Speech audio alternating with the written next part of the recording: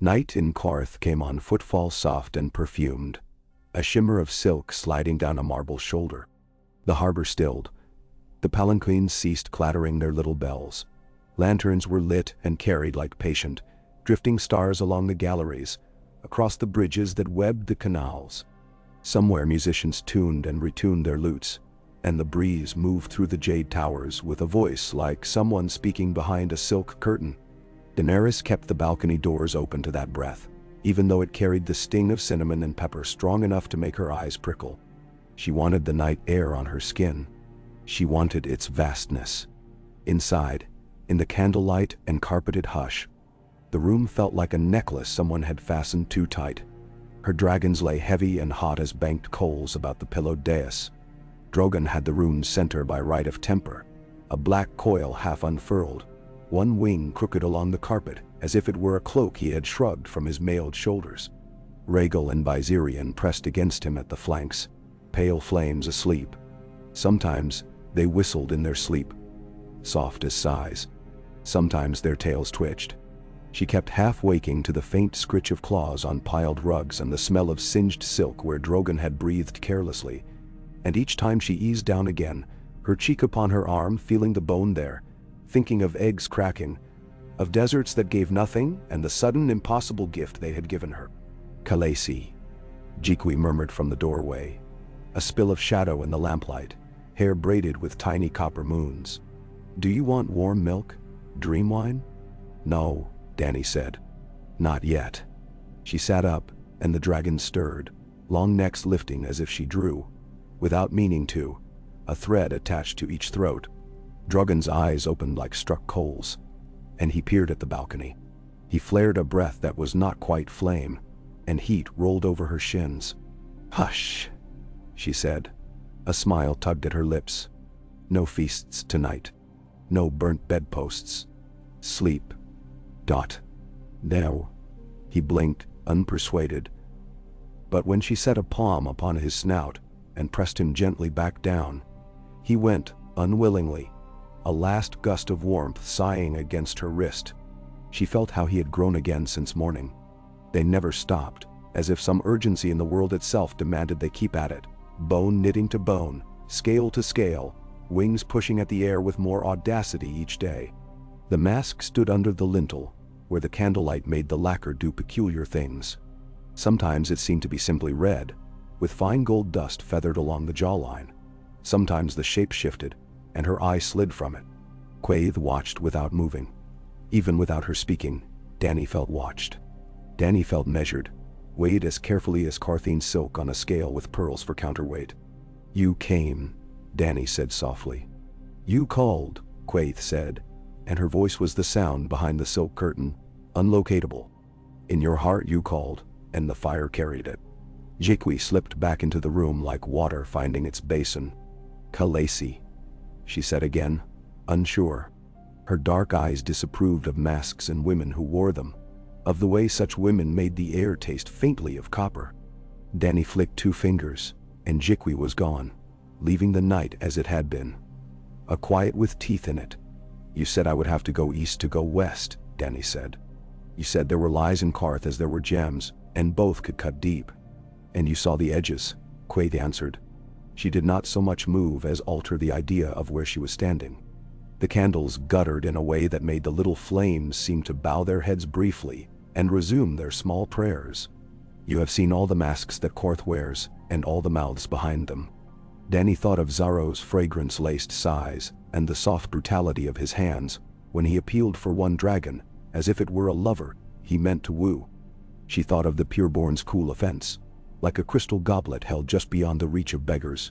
She thought of her own hand, poised for a heartbeat over a bronze bell, whose tolling would have vowed her to a city that would devour her piece by small piece. "I am going west," she said, "but not north, and not to Astapor. You said there was a door of black stone that opens for those who carry fire. Tell me its name." "You know its name," Quaithe said. "You have dreamt it. You have walked its streets in the place between sleep and dawn, and tasted ash on your tongue and orange blossom on the same breath." "Volantis," Dany said.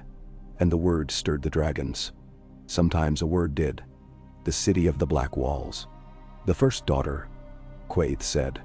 The oldest lie. The river with memory longer than empires. The red temple, Dany whispered, and felt the hairs along her arms lift. The fires that begin and do not end. Quaithe's mask made her voice sound like the inside of a bronze bell. They will speak your name and call it different names. Daughter of death. Breaker of chains. Facts wear the faces that serve them. But there is a door there that opens only now. If you pass it, it will not be there again. Jorah says the Red God is a hungry god, Dany said, smiling without pleasure. Many men say so. They say he eats children like winter does, and asks for queens with a smile. Men say many things when they are afraid the world is changing, Quaithe replied, and the candle flames leaned forward, listening. Do not mistake the loudness of fear for the weight of truth. There is a priest in Volantis whose tongue is a torch. There is a woman who wears flame as if it were silver thread. There is a man with oil on his hands and salt in his beard, listening. They are all waiting for a door to open. You. Ma'am? If I go, Dany said, and the words came out of her mouth already decided, because the decision had been made in the heat of a desert night, when 3 eggs cracked and the world altered pitch. What happens then? Quaithe's silence might have been laughter or sorrow. Then, the river remembers itself. The mask lowered, almost a bow. Or perhaps the light fell in such a way that only seemed true. With masks, Dany had learned, what seemed mattered more than what could be proved. You must choose your names, Quaithe said, as if they had been discussing something else entirely. A woman is the name she accepts and the name she refuses. I am Daenerys Stormborn, Dany said. And that is a name that calls storms, Quaithe said. Be sure you are not surprised by thunder. The mask turned, as if to attend to someone else in the doorway who was not there at all, and the lacquer gathered the candlelight and gave it back. Strange. We will speak again where the river is braided in the shape of a crown. Do not look for me. I am where the fire is. When she had gone, there was only a faint odor of something that was not local. Pine resin, perhaps, or some tree sap that grew on the far side of map edges, where the parchment starts to crack like old skin. Dany went to the balcony rail then, and leaned into the night. A moth, big as her hand and almost black, curled about a lantern pole and halted, as if listening. She could not tell whether the city had stopped to breathe when Quaithe had entered, or if only she had. Behind her, Drogon made a sound like a stone settling deeper into earth. The moon was a white bone. Somewhere, so far she had to imagine it rather than hear it, the summer sea rolled against Moon and Samara and other names she did not know. She whispered the name that would be next, one she knew, and felt how the word changed her mouth. Volantis. In the morning, Jorah looked as he always did at the start of a voyage, even if there was no ship yet underfoot. Set jaw, eyes making shorelines out of whatever he saw. He had been awake long before she was, and he stood with Arstan Whitebearded upon the dusty quay, while the captain of the Cinnamon Wind enumerated, with many laments and cluckings, the dangers of sailing out past the Sweet Islands, and then west across the Windark to the Rhoyne's mouth.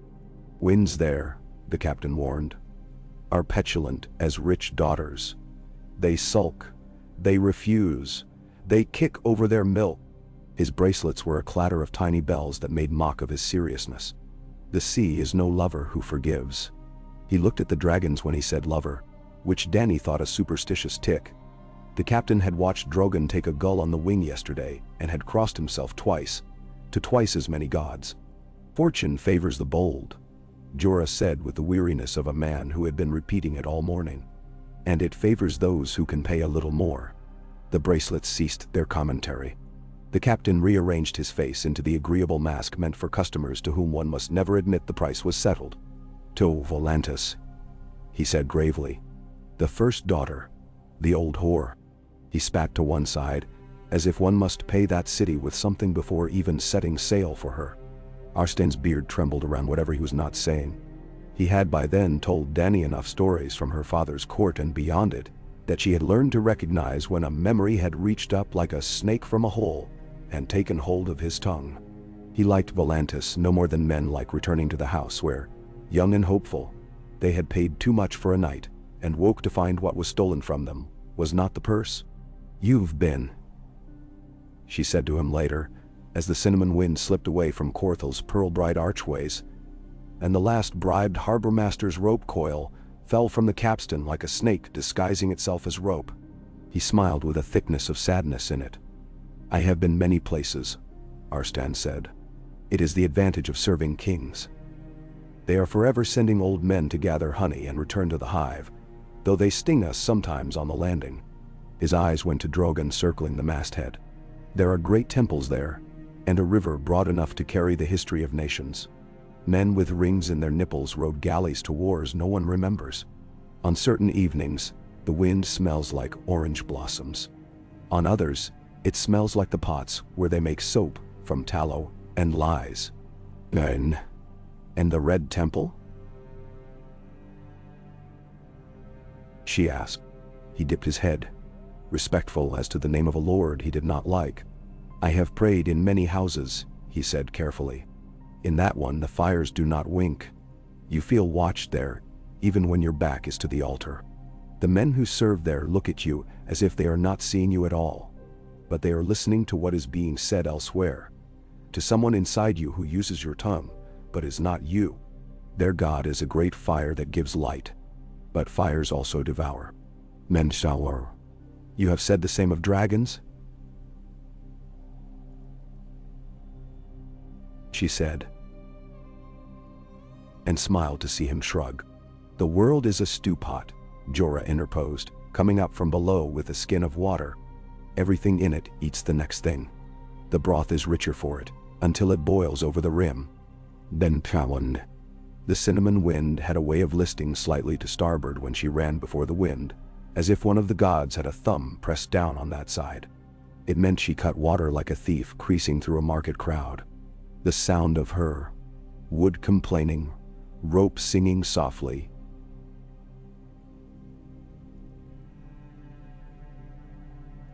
was soothing. Dany stood with bare toes curled over the lip of the foredeck and watched the sea scribble itself forever in broken lines of writing no one could read twice the same way. Drogon liked to ride the air ahead of her, just beyond the reach of the ship's tall masts, as if he towed them by invisible reins. Viserion climbed and climbed to where the blue was so deep it made her heart ache. Rhaegal preferred to skim low, mouthing at his shadow on the waves as if it were a fish he might catch. Days went by that were nothing but sky and sea, with one cloud like a sheep with a ridiculous hat to break all that infinity. Nights came when stars showed themselves with the slyness of pearl merchants, one by one, and finally admitted they were countless. She learned the cinnamon wind's moods as she had learned a horse's, where she liked to be touched, what made her shy. She learned the long song of the sailors, whose verses changed with the man who took them up, so that the same tune, in a day, might tell of a girl with almond eyes and cruel little teeth, of a god who fell out of a tree and considered it prophecy, of a ship that married another ship and raised 3 brave skiffs. At dawn the dragons hunted flying fish. They had yet to learn what was fish and what was glitter, and sometimes they swooped at the sun wet that flung itself like silver ribbons when a wave curled. Dany steered Drogon with voice and hand, and he answered imperfectly and entirely, the way a proud horse does when he loves the rider. She felt every tilt of wing in her own ribs. When he ate, she tasted copper faintly. When he shook himself after diving too low and startling the sea, she felt the urge to shake her limbs, to sling salt from them. Jorah came to stand beside her each evening with the crackle of stiffness in his knees. He looked older at sea. Perhaps the way waves repealed themselves exhausted him. He did not speak until she did. "Will they have me?" she asked him once, as if Volantis were a difficult mother-in-law and not a city with its own rough will. "They will have you," he said at once, and the quickness made her look at him, surprised. "Not because of me," he added, as if he had heard her thought. "Because you are a story they believe they have already heard. Men mistake recognition for truth. The Red Temple will call it prophecy. The triarchs will call it profit. The poor will call it a miracle. The slaves will call it freedom with a frightened laugh. Each name opens a different door. But I am not a story, she said, and felt the wind tease her braid loose. You are flesh and fear and hunger, Magister, Arstan said behind her quietly. But stories decide what flesh we are allowed to become. It was so even for kings. Until she would have asked him which kings and which stories, but just then Viserion came striking down so suddenly, his wingtip cut the air with a sound like a lash, and he took a fish mid-leap, cracked it, scattered glitter. Drogon, affronted by the theft of praise, shot a small ragged flame that caught only a fringe of the wind and went out with a hiss. The sailors laughed as men laugh when a thing is beautiful, and they are a little afraid of how much. At the mouth of the Rhoyne, fog lay as if someone had unspooled a whole bolt of gray cloth and draped it across the water. They heard the river first, the difference in the sound, the sea's long draw, and the river's insistent push meeting and arguing. The water went from a clean brine to a taste like history on the tongue. Copper and mud and old fruit. The air changed too. It had more to say. It brought them voices from shore that were not words, and scents that took old furniture out of her skull and rearranged it in new rooms. Oranges peeled by a careful hand, wet stones that had felt the sun's mouth an hour ago. The rancid low thing that there is always in a great city, as a reminder that people are animals in clothes. Volantis, the captain said theatrically, his bells humbled. The belly of the world. Above the fog, the black towers of the old city rose all at once, as if their feet had been dug into some older and deeper world. The black walls made a jaw. The gates were teeth. The river slid between them like a tongue. Great bronze elephants stood where the walls turned corners. Even in morning, torches licked their surfaces and made them shine as if they were sweating. The cinnamon wind's oars bit to take her in. Dany saw on the quays how the men were marked, faces tattooed with whips, with tears, with fish scales, with counting marks. She saw the tiger cloaks. Soldiers in stripes died by some fierce Dachra of their city, moving with the affronted grace of cats made to stand upright and bear spears. She saw a procession, small and early, of women in orange and red, hair braided with copper wires, singing to the river as if they meant to coax it into spitting back those it had drunk. Above all, she saw the temple. It arose from the far bank like a ship grounded in the skin of the city, its great steps black with old blood and soot. She had seen many houses of many gods, some like palaces and some like stalls, and she had learned to smell when a god's door mattered. There was always a draught, even when it was closed. A piece of cold threaded into the air like a needle left in fabric. The red temple breathed. She felt it upon her face from across the water, a warmth that was not the sun's. The hairs at her nape rose. Drogon crooned and beat his wings twice without leaving the rail. There is a priest, Arstan said, his beard tremulous again. They will carry him out when the sun is high. He talks until the sun is tired and sits down to listen. His name is Benero. And the woman? Dany asked, though she had not said there was one. Arstan's eyes cut sideways. They say she is more dangerous than he is. They say she can make fire behave. They say she reads flames, and the flames read her back. They change her name in the telling. But the one that returns most is Kinvara. Menawai. See them later, Jorah cautioned. See the harbor master first. See the old blood if they will see you. A queen should not go running to priests with her hair unbound. Dany bound her hair tighter with her own hand. I go where the door is open.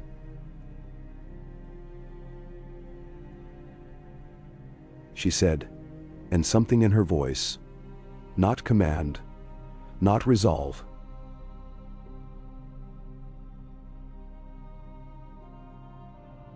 made him fold his mouth upon the reply he had readied.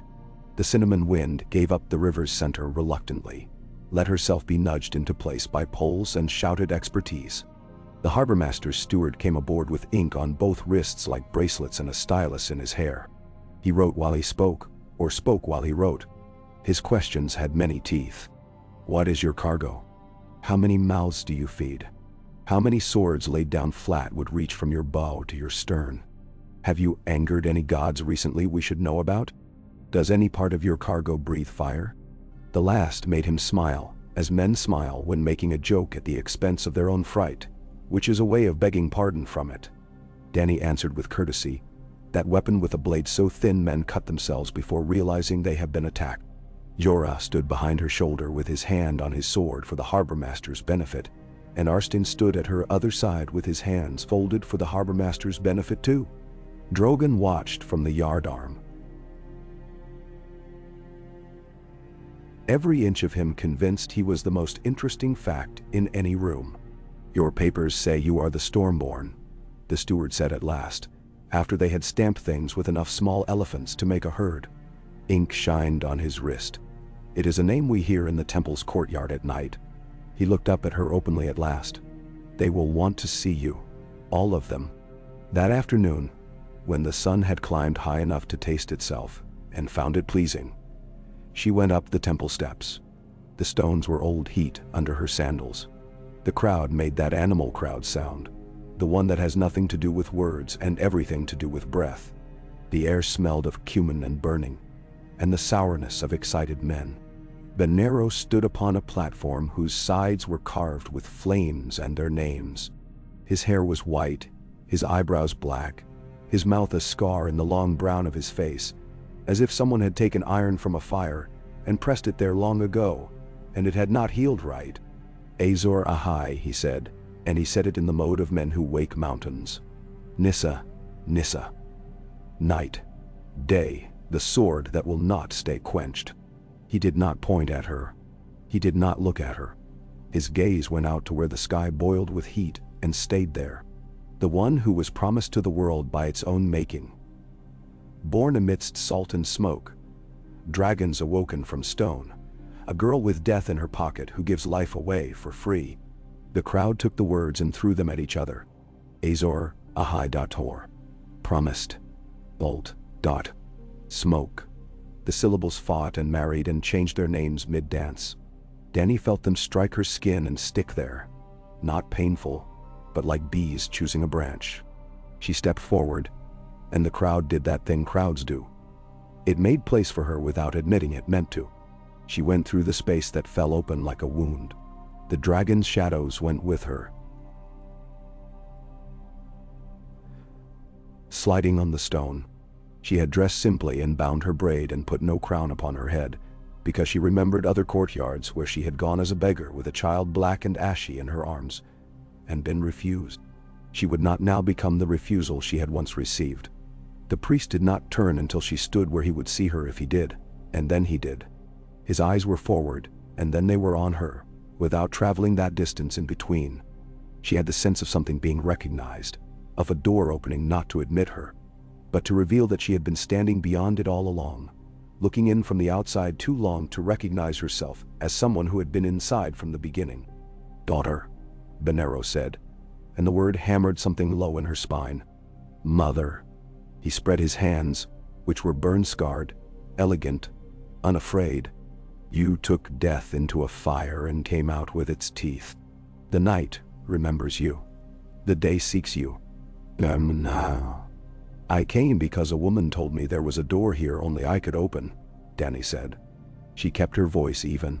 She put iron under its steadiness, so it did not tremble with the heat and the press of people. And the old fear of men calling her mother as if she were a spring, they meant to cut with a spade and drink. I am Daenerys of House Targaryen. I am flesh. I am hunger. I am the daughter of a city sacked before I ever saw it. I am not a name you can put on your tongue and keep. Benero's smile was a cut that knew its maker. Men make names the way smiths make nails. They hold things together, and also, they pierce. He looked beyond her then, to the steps swelling with people, to the tiger cloaks watching from the edges with a patience that was 90 parts calculation and 10 parts awe. You can open the door, or you can walk away from it. It will not be here tomorrow. My lord, said a woman's voice from behind her, and it was a voice like silk catching on fire. She knows that. Dany turned and saw the woman Arstan had named in whispers. Kinvara wore red the way a blade wears sunlight, thin and lethal. Her hair was black, coiled and pinned with copper guts. Her lips were stained with the same stuff the temple used on its flames, so that they glowed faintly as if someone had warmed them with breath. Kinvara looked at Dany as if she were reading something written on her skin that only she could see. "Come," she said. "The fire has something to show you." Within the temple was a geography of flame. There were the great public fires, tall and bronze braziers, where men knelt and offered petitions that smelled of spice and hair and oil. There were smaller flames in cracked bowls by alcoves, where gods might once have stood, before this god came and took their houses. There was lamp fire as tender as a nurse, and the fierce sublimity of the altar's long-bladed tongues. The air was sweet, with burning things that had once been sweet and were sweet still, in a different way. Dany stood where they put her and did not kneel. She had knelt in her life more than enough, and had risen from kneeling with grit in her knees and no grace given. The altar fire hissed and cracked. Kinvara did not look at it. She looked at Dany. She held a bowl in her fingertips as if it weighed no more than its own light. "There is a shape in everything that burns," Kinvara said softly. "Most men see only the light and love it and are forgiven. A few see the shapes. We are not forgiven for them. We are used." "And what do you see?" Dany asked. Kinvara's mouth made a shape before the words did, an acknowledgement that any answer would be a lie that tried to be true. "I see a river with many mouths," she said finally. "I see a woman who learns the names of doors. I see a city built like a net trying to catch a god. I see a sword that has no scabbard and refuses to be put down. Nem? Eh, that is not a future," Dany said, feeling the old irritation rise, the irritation that came when men spoke in riddles because truth frightened them, or because they wanted you to ask them to be more clear and kneel to the asking. "That is a song whose words you do not know. Prophecy is a song that remembers itself," Bonero said behind her, amused. He had come without her noticing. "Priests in this house move like fireflies. It sings the same tune through time, and we give it different words, and each time we think we have understood it forever." "Once," Kinvara said, "a man came here with hands burned down to the next truth and asked for his life to be made long for vengeance. We told him no. We told him he had mistaken prophecy for a promise. The gods are not contract keepers. They are winds. And you are weather vanes," Dany said. And the woman's smile admitted it, with a kind of bleak pride. "You should not stay where you sleep," Kinvara said then, abruptly, as if the fire had whispered it and she must obey. "There are men who wish to call you a false flame and put you out to prove there is no fire they do not control.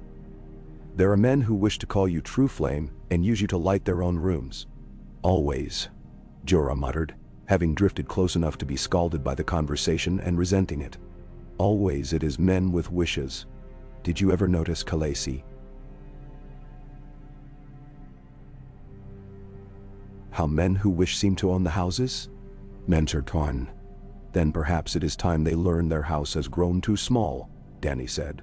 She stood a moment longer and let the heat throw its weight over her shoulders, like a mantle someone had draped there without asking. She did not shrug it off, and she did not bow to it. "I will speak," she said. "Tonight. There, in the courtyard. If these people have called me, let them hear me. I am not a god. I am a queen who was a beggar. If they would follow me, they will follow me to work, not to dream." "Danderol." Kinvara inclined her head, as if Dany had said something the fire approved. "Aye," she murmured. "It is a name that has a scabbard. It can be put away. It can be drawn." That evening, the square filled to a breaking. Torches ringed it like teeth. Somewhere a drum began to beat with a human heart's patience, and then without it. The tiger cloak stood at the edges like ink that would spill if the parchment tilted. Men climbed on each other to see. Dany mounted the low dais where Bonero sometimes stood and felt it hollow under her feet. Drogon came down to her shoulder and stood there a moment with his talons sunk into wood, his weight a pain she welcomed. Rhaegal and Viserion took the long air over the square, sketching figure eights upon its face. "People of Volantis," she said. And the square answered by not answering, by holding its breath like a swimmer who intends to show off. "My name is Daenerys Stormborn of House Targaryen. I was born on a night when a city broke, and the sea tried to come in and take me, and my mother held me and did not let it. I have lived as no one and as a queen. I have eaten charity, and I have eaten from plates with gold on them. I have lost all I had, and I have been given gifts I did not deserve. I cannot tell you what the gods are, and I cannot tell you what their fires say when they talk to their friends. I can tell you what I believe. That men are not cattle. That women are not things to be set high on shelves or sold. That children should not be born with collars in their futures. I can tell you that chains are only chains because we agree to call them that, and because we allow the men who hold them to keep their names. Nan?" The square breathed more shallowly. There is a point in any crowd where it becomes a single animal, and it had reached that. She heard it in the air. The too smoothness that comes when any one voice would break a surface and cannot. "If you would follow me," she said, "you will not follow me into a temple. You will follow me into work that will hurt your hands. We will make a world that can eat what it grows without choking. We will break what needs breaking, yes, but we will also make, and making is hard and dull and takes longer." Nendawar. Kinvara looked hurt. Benero looked pleased. Jorah looked at the tiger cloaks. Austin looked at her and shook his head slightly, in awe, or in caution, or both. "Do not let men use my name to set fire to your neighbors," Dany said, speaking to the space where the crowd's attention was listening. "If you would burn something, let it be the book where they wrote you belonged to them. If you would raise a sword for me, raise it first to cut a chain. If you would bring me a gift, bring me the truth when I am wrong. A queen has no use for yes men. She needs walls that tell her where her house ends, or she will crash into the night." "Ben?" The drum faltered and resumed. A child's voice piped from somewhere close to the dais. "Mother." The word struck her in the soft place below her ribs. It always would. She did not look for the child, as a starving person does not look for the loaf, lest it be taken from them to watch their pain. "Tomorrow," she said. "8 dawn. On the west quay. If you would come with me, come then. I do not promise you heaven. I promise you bread, and work, and a fight." Then tau. There was a silence, and then it broke as if someone had dropped a plate onto stone. The first cry came from near the steps. Then another. Then 1,000. The tiger cloak stepped forward once, and stopped. Because stepping further would have made them fall into the mass that had become river. Benero began to chant. Not words this time, but a tone that carried the crowd's voice back to itself with a frame around it, as a craftsman frames a mirror to show you what you are looking at. Kinvara stood with her head bent and eyes shut. Tears leaked from beneath her lashes and marked a clean line through the ash on her cheeks. That night, the Red Temple did what it did when it wanted the city to notice something. It lit all its fires and did not close its doors, and priests went out into the streets with brazier wagons and began to tell stories that sounded like prophecy, even when they were just stories of boys who had escaped masters by walking into the river and letting it bear them. Men with tattooed faces listened with their mouths open, as if some delicious smell were rising from the words. In the houses of the old blood behind walls that had never fallen, there were other fires, small, expensive, tending to raw meat and bitterness. The names of the triarchs were set in voices with old coins in them. Bellico Valentino, whose education had taught him there was no revolution that could not be turned to profit with enough paperwork. Malaco Major, who belonged to the elephants and believed in trade the way some men believe in gods. Niesos Fasar, who made death sound like etiquette. They talked about the girl with dragons. The tigers in the council bared their teeth and spoke of warships, iron chains stretched across the river, the right of a city to keep its order. The elephants bemoaned trade disruptions, and the price of good pepper this season, and how the temple had grown too bold. In the end, they agreed on what the old blood always agrees upon, that a thing which had not happened yet could be prevented by speaking to it sternly in advance. The Triarchs sent word to the Tiger Cloaks to keep the peace, which meant to keep everything the same as yesterday. They sent polite invitations to Daenerys Stormborn, heavy with the weight of courtesy, to dine when it pleased her upon the Black Terrace overlooking the Black Walls, that everyone might admire one another's manners and admit each other existed. They sent quietly for men with quiet hands. The dawn came like a hand rubbing at its eyes. Mist lay in the low places and dragged its skirts as it retreated. The West Quay held a smell of fish and tar, and those things older than fish or tar that cities always smell like in the morning. Dany came walking, a cloak over her shoulders against the hour's damp. Her hair was braided for travel. Drogon was with her, and Rhaegal and Viserion. Yora walked to her left and Arstan to her right. They had all slept little. A sleep that tastes of decision is no sleep at all. At first it seemed the quay had been emptied by fierce servants. There were only a few men waiting with bundles at their feet. Skinny men who looked like they had come with their hopes already bruised, the way apples become if you do not carry them carefully. One woman with a child on her hip. A youth whose tattoo made his face into a net. Dany nodded to them each and said, "Good morning," as if she were walking through her own yard, and these were neighbors met daily. Their eyes widened and they nodded back and told the children, "Bow," in voices that trembled from teaching another how to bow properly. Then, like a tide that pretended to be a trickle and was a flood, they came. First the women, in twos, in threes, looking behind them as if someone might call them by their old names and turn them back to salt. Then men with carpenter's hands and fisher's shoulders and knife belts that made their pants hang wrong. Then a file of red-robed acolytes singing not to be brave, but to steady their own nerves. Then men from the Black Walls in cloaks, whose weight could not hide their curiosity. Kinvara came in their midst. Ben Nero remained at the temple, because his staying signaled as loudly as his going would have. The Tiger Cloaks watched from the edges. The Triarch's spies watched the Tiger Cloaks. Dany climbed onto a crate and looked out at the heads like a field of near-ripened barley. She could see where the city ended and the sea returned to itself, blue and without mercy, and therefore very merciful. She could see the mastheads of ships that had traded in cities whose names she had never heard.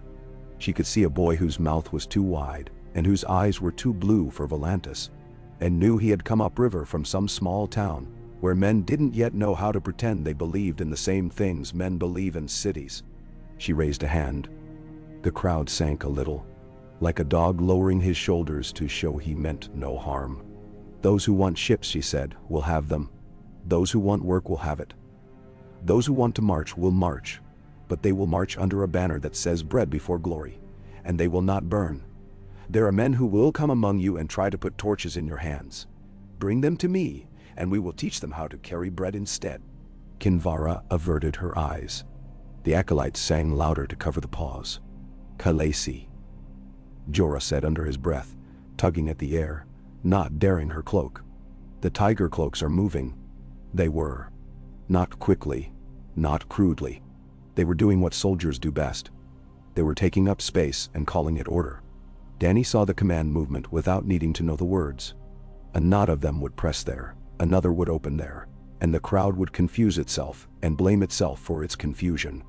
If order were yet needed, battens would appear in hands with the surprise of snakeheads, and then there would be blood. Blood made everything simple for men who needed things simple. Dany put 2 fingers to her lips and whistled, a sound she had learned when she learned Dragon, a sound like a piece of the sky tearing. The dragon came like the sky had obeyed her. He arced low. Flame folded, his shadow thicker than his body. He passed over the foremost rank of Tiger Cloaks, so close their striped cloaks jumped like skin licked by a dog's hot mouth. He did not breathe fire. He landed instead upon a pile of nets and made them his throne. Long neck curving into a question that was not a question. The Tiger Cloak stopped. Even without flame, even without a threat, the animal fact of him made their training catch in their throats. Men are brave in practices where all the outcomes are named in advance. They are less brave in the presence of things that have no names yet. "Good morning," Dany called to the captain who wore his stripes like a resume. "We are going to board ships." We are going to leave your city cleaner than we found it. We are going to take from it only those who do not belong to it. This is not lawful, the man said, and his voice did not tremble. To his credit, slaves owe their masters. Men owe the truth, Dany said evenly. And the truth is a debt that has not been paid here in too long. She held his gaze as if it were a sword lightly, and she trusted her wrist. If the Triarchs wish to speak to me about law, they know where I will be. On the river, in daylight, where men can see us talk. The captain did not lower his baton. He did not raise it. He understood something no one had said, and did not like that he had understood it. That she was giving him a way to keep his honor and his life both. Make your people go in order, he said stiffly. There will be no pushing. Do you hear that? Dany called, and the crowd smiled at being called her people. No pushing. There is time enough if there is patience enough. If there is not, we will make time. It took the day. It took longer than a speech takes, and longer than a drumbeat takes. It took the sun to make its arc, and find satisfaction in a water flame ending. Dany stood until her back hurt, and Jorah fetched her a stool, and she stood again because a stool would have looked like a throne, when this was not a day for thrones. Names rained at her. Makaro, Sarah. Paul, Eros, Iri. Names that tasted of this river, and names that tasted of other rivers. The ones you cross with your feet, and the ones you swim with your life. She said each name back to the giver like an oath. Inside her, the old stoop-shouldered beggar who had walked hot streets in Pentos, and asked for bread, nodded and approved. It was late when a man came with oil on his hands and salt in his beard, and a smile he could not keep from his mouth when he looked at the dragons. He wore black wool dyed so many times it had learned the lesson. My lady, he said, and his Volantine was the sort that had learned to speak another language first. I am Mokoro, humble priest of the Lord of Light at the Black Wall. The river told me I would find you here. I have a ship that listens to me when I tell it where to go. It is yours if you wish it to be. Kinvara looked at him over the heads of the people, with a look that contained a history that could be told in 10,000 words or one. He inclined his head to her without an apology. We are brothers, he said, and made it mean both the thing it said and the thing it did not. You came to fetch a god, Jorah muttered, and Arstan gave him a look that meant do not make the mistake of thinking it is that simple. Dany held out her hand. Mokoro took it. His palm was so hot, it felt to her that he must have been standing with his hand in an oven a moment before. Where does your ship go? She asked. Wherever you draw it with your tongue, he said, and that could be charm or blasphemy or truth. There's a city downriver that thinks itself safe because it is across the sea from its enemies. There is a bay where men teach boys how to count with chains. There's a man with a horn who thinks he can sing dragons' names and make them kneel. There is a woman waiting where 3 roads meet, and she does not know that she is waiting for you. There is a war. Your name is in it. Bem? Elu. A war, Dany said softly. There is always a war. Then, let us choose how to arrive at this one, Arstan said. Better with friends who admit they are dangerous than with friends who only pretend they are harmless. They left with the tide. Volantis receded as cities do when you leave them by water. Not like a thing going away, but like a thing unmasking itself as it grows small. The black walls looked less like a jaw and more like old teeth that had bitten so much history they had been filed blunt by it. The temple's fires stood against the dark, a single idea brightly held. On the quays, the tiger cloaks arranged themselves into order with relief. For it is easier to hold still when the thing that required you to decide has moved away beyond responsibility's reach. On the black terrace where the old blood watched, there was a flurry of hand movements that meant everything and nothing, and decisions were made that would be carried out by men who did not know where they had begun. On the deck, Dany drew breath. The smell of river lifted slowly out of her ribs, replaced by a cleaner, meaner sea smell. Kinvara stood beside her, as if the wind had placed her there, and said nothing. It was good not to be spoken at for a moment. Jorah counted men. Arstan asked sailors their names and made them smile. Drogon settled upon the yard like a sullen prince, and pretended to sleep while watching as much as any man on board. You have made a crusade and unmade it in the same breath, Kinvara said finally, as if she had been commanded by silence to be breakable. "It is a talent that will be needed." "I did not make a crusade," Dany said. "I made a choice. I offered another one. If men choose fire and say it is mine, that is their choice. I will not feed it with lies." "Crusade is only a word," Kinvara said dryly. "It makes men brave. Sometimes words are all we have." She shrugged. "They will sing anyway. A girl with 3 fires. A girl whose shadow set sail down the Rhoyne and came back with a sword in its mouth." "Let them sing," Dany said, and felt the wind take the word and try it on. "Let them sing of bread, too." In the nights that followed, the temple's red ships joined them, one by one, as if it were an accident of the river that such a thing should be possible. Men on their decks sang a low chant that soothed the dragons and made the sailors work steady. In the hold, chains were piled like the husks of locusts. All there was after people step out of them and sniff the air. They saw by day the funeral barges for the poor, and the great floating gardens of men who could afford to take their shade with them as they went. They saw towns that met the river gently, and towns that remembered it had once drowned their fathers and set their houses back from its reach. Dany stood on Mokoro's ship and watched women wash clothes by beating them on stones, and wondered whether their hands hurt the way a queen's does after a day of talking. She taught the dragons to call and answer with her across the water. She learned the names of wind patterns the sailors used, and used them herself until the men forgot to be surprised that her mouth could make those names and not sound foolish. At the green fork of the river, that locals called the place where someone long ago had dropped a crown and never found it again,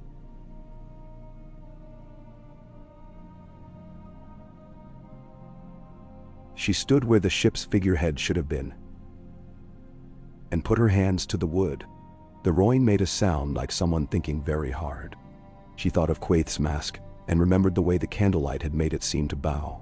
She did not look for the woman in any crowd. She had learned to listen to absence.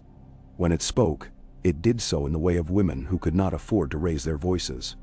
"You have done what you came to do," Arstan said at her side, smiling as men smile in old stories when they arrive somewhere. They were terrified to go and find that they are still themselves. "Now what you do will be your own doing." She nodded. And then, as if the world had waited politely for some line to be spoken before springing its trap, they saw smoke on the sea where the river opened its ribs. Not temple smoke, not cook smoke. The smoke that comes when men make one another into fuel. The lookout called names. The names were not ones she had taught herself. They were ones the river knew already. Yunkai, new guys. A fleet's lines of black dots arranged with a bureaucrat's tedious malice. "Oh," Jorah said with a dryness that crackled. "The free cities have come to remind you that freedom is a word they like to sell." The red ships sang louder. Kinvara stood with hair pulled back and face bright. Mokoro lifted the iron shape of something that looked like a god had bent it for him. Arstan drew a sword with a patience that said he had drawn swords more than he had drawn breath. Drogon's chest rose and fell faster. He did not know the words, but he knew when the air tasted of a thing dragons loved better than meat. Dany took her place and felt the wind find her hair. The river at her back was a history that had forgiven itself and gone on. The sea ahead was a future that had not forgiven anything yet but might, if introduced properly. The men upon the black dots ahead were busy with their own stories. She would interrupt them. She did not smile. Her mouth found a shape that was not a smile and not a grimace, but something like the moment before the word is spoken, and it cannot be taken back. "Bread," she said quietly to herself, to the wind, to anyone who believed war was only a matter of shouting. Bread first, then the sword. Then the first of the slaver galleys came into view behind its fog of importance, oars taking bites of water like a greedy man eating pomegranate seeds. Their rails were hung with bright shields that said the men aboard them believed in symbols the way poor men believe in rain. A voice, amplified by a bronze horn, told the river about consequences in such a way that one knew it had never borne any. Dany let it talk, and when it paused to admire its echo, she lifted her hand. The red ships moved as a single animal. They had learned to do that when men stole their sons and the god of their temple made them count their grief. Mokoro's ship paced them like a bull pacing a fence. Her dragons went aloft. Drogon climbed until his body was a thought, and then dropped like a thought that refuses to be denied. The air changes around falling things. She felt it change. She drew breath, and the breath tasted of orange blossoms and tallow, and the long patience of rivers, and the short, bright hunger of fire. Afterward, smoke lay upon the water in bands, and the sun went behind it, and came out again, triumphant in a way that made no sense and perfect sense. The slavers had learned something men always learn too late. That numbers are not the same as names, and not all creatures can be counted. The red ships had lost some of themselves and sang more quietly. And sometimes when men sing more quietly, the song reaches further. Dany stood with her hands to the rail and watched bits of wood go by that had been the edges of other men's lives. She did not rejoice because men died, and she had vowed to be someone who counted deaths. She did not mourn like a priest, because priests mourn to make mourning holy. And she did not believe in making anything holy that would permit you to do it more easily next time. Kinvara was there when she looked up, as if summoned by the shape of her thought. "They will call this a miracle," the woman said. "They will call it fate. They will call it the proof they were wrong to keep you waiting. Let them call it work," Dany said. "Work done by hands. Even the gods must respect hands." "Medicine." Kinvara laughed then for the first time, and the sound was not like silk burning but like water finding a stone to make music with. "You will be hated," she said without either malice or pity, "by those who cannot use you, and by those who thought they could." "I know," Dany said, and her mouth found an old habit in it that had belonged to a girl who had eaten stale bread and dreamed of fruit. "They have always hated me, or loved me for the wrong reasons. I will not be used by either." She turned to look at the men who were already rowing toward them in small craft, men from the shattered galleys who had put their arms up not to fight, but to say, "Do not kill me because I am tired of being brave." "Take them up," she said to the sailors. "If they will swear to undo something in their lives they have done, they may live to do it." "Khaleesi," Jorah murmured, half protest, half awe at her extravagance. "Bread first," she said, and his protest found itself with nowhere to sit, and folded its legs and waited. They made for the bay that the Giscari had renamed after they had forgotten what it had been called the first time. And Dany set her jaw on the name men had put upon it now, because names are nails, and sometimes nails are tools. She would change it when she came to it. She would give it a name, made of bread. The red priests sang on the deck and set their flames in shields that had seen better days and worse. Mokoro murmured to his god in a language that sounded like a forge, and the god answered by making the air smell like a hammer hitting iron. Arstan polished his sword with an old man's care for old ways. Drogon slept with one eye open because even dragons must sleep, and still not trust the world. At night, on the third day after the battle, when the men had begun to love her for the wrong reasons again, because she had spared them and winning makes men shameless, Quaithi came and stood by the prow, in a way that did not trouble the watch. The mask was the knight's face, and the candle's face both. Dany went to her without being called. "You went through," Quaith said. "I did," Dany said. "And now there is a river behind me that will not bear me back the way I came." "That is what rivers are for," Quaith said. "To teach you that you are not a well." The woman tilted her mask as if to attend to someone else who had called. "Do not believe the words that are coming," she said. "You will be called savior and witch and queen and whore. Make yourself deaf to any word that would keep you from choosing your own." "I have chosen," Dany said. "You will have to choose again," Quaith answered. "And again. And in the end, there will be a choice men will call the first, and you will know it was only the last." "Then no. Tell me something I can hold," Dany said, more harshly than she meant. The mask did not flinch. "Hold the heat," Quaith said, and the line of her body could have been a smile, or the memory of one. "It is all you can be sure will not betray you." When Dany would have asked another thing, the woman was not where she had been. The night gave her back only the smell of spice and something like pine. Dany stood for a long time. It is the nature of choices to make you stand too long, and then suddenly, to make you move. She was tired, and the tiredness belonged to her now, not to beggar's luck, or to prophecy, or to any man's wishes. A city had opened a door. A different city would try to shut one.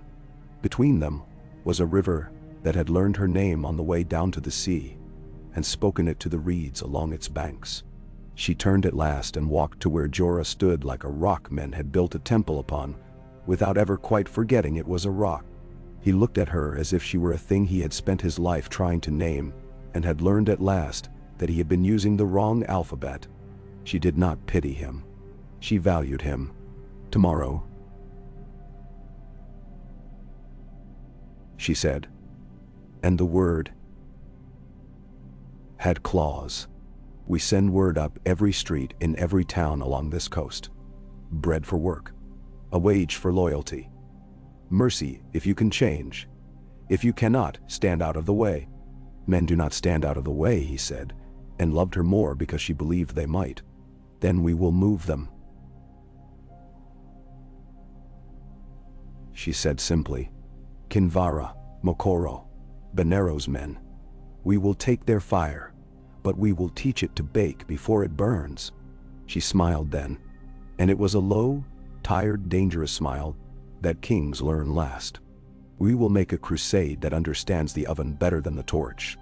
"A strange faith," Jorah said. "Bread is a strange god," she answered, "and let the wind test the name." By dawn there were already men gathering on the shore.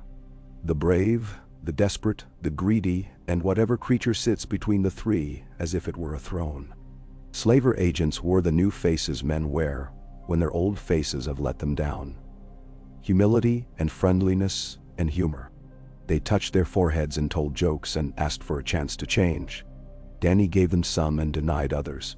And the thing she carried that was not a title weighed more each time she made a choice. She felt it and did not complain. The Red Priests set up their altars in places where the compasses of streets met, and women brought bread to those altars, because they had been told to, and because bread recognizes fire and is not afraid of it when it is used properly. At noon of the second day, the first of the cities sent a letter with gold melted into its seal, and a smell of rose oil that tried to hide the smell of fear. At dusk, she broke the seal and read names. They were names of men who would meet her with more names in their mouths. She folded the letter and fed it to a small steady flame on the deck, and watched the gold drip and harden into a shape that meant nothing. She kept the shape and put it in her pocket. Metal remembers heat. When she put her hand in later, she would feel ridges and recall a choice. Symbols are tools. At dark, she walked the deck alone. The dragons kept their own council on the yard and in the late air. The god in the temple, the god on the ship, the gods in the wine, and the gods in men's memories. Let them have their offerings. She had her own altar, and it was a plank, and the night, and the ache in her feet, and the small coin of gold cooling in her pocket. She had her own god, and it was hunger, and the bread that answered it. The sea looked back at her without flattery. The wind came and went without lying. Ahead the coast bent, and beyond that bend was a bay and a city that had thought itself secure. And behind her, far upriver, a city with black walls was reteaching itself how to name the things within it. In both places, fires would be lit tonight, and men would argue about what they meant. "Mother," said a soft voice behind her, and she turned to see not a child but a woman. 20 perhaps, skin the color of the river when a storm thinks about coming, and then decides it will wait until morning. The woman had the careful hands of a scribe, even though the tattoos on her cheek said she had been made for something else. "I have brought you the lists," she said. "The names of those who gave up their chains and those who did not." "Thank you," Dany said, and took the parchment. It was heavier than paper. It held what paper does when it has been asked to hold more than writing. The woman knit her fingers together, unknit them, hesitated. "Speak," Dany said. "My brother," the woman said simply. "He would not come. I told him bread first, like you said. He told me bread had teeth, and he had grown used to them. He likes the way a bite feels now. He said he would come when he was hungry for a different kind of pain. I do not know how to tell him the bread you speak of will cut him too, if he takes too much at once. Then? You will not tell him that, Dany said. You will tell him he is welcome when he is ready. You will tell him I will not move my house further away while he decides. You will leave the door open. That is all you can do. She looked down at the list.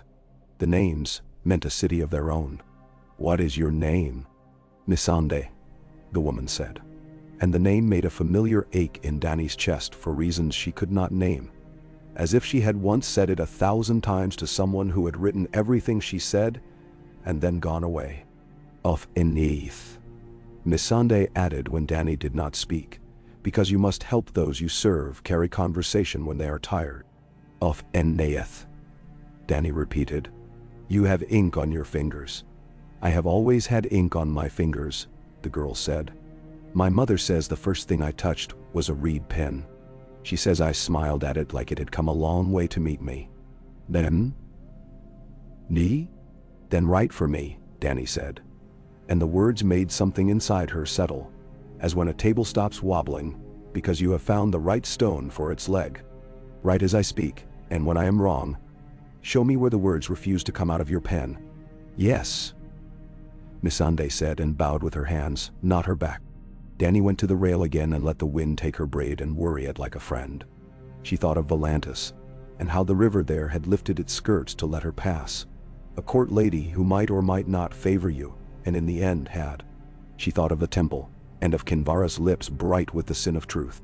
She thought of Benero, whose smile had known cuts and had become one.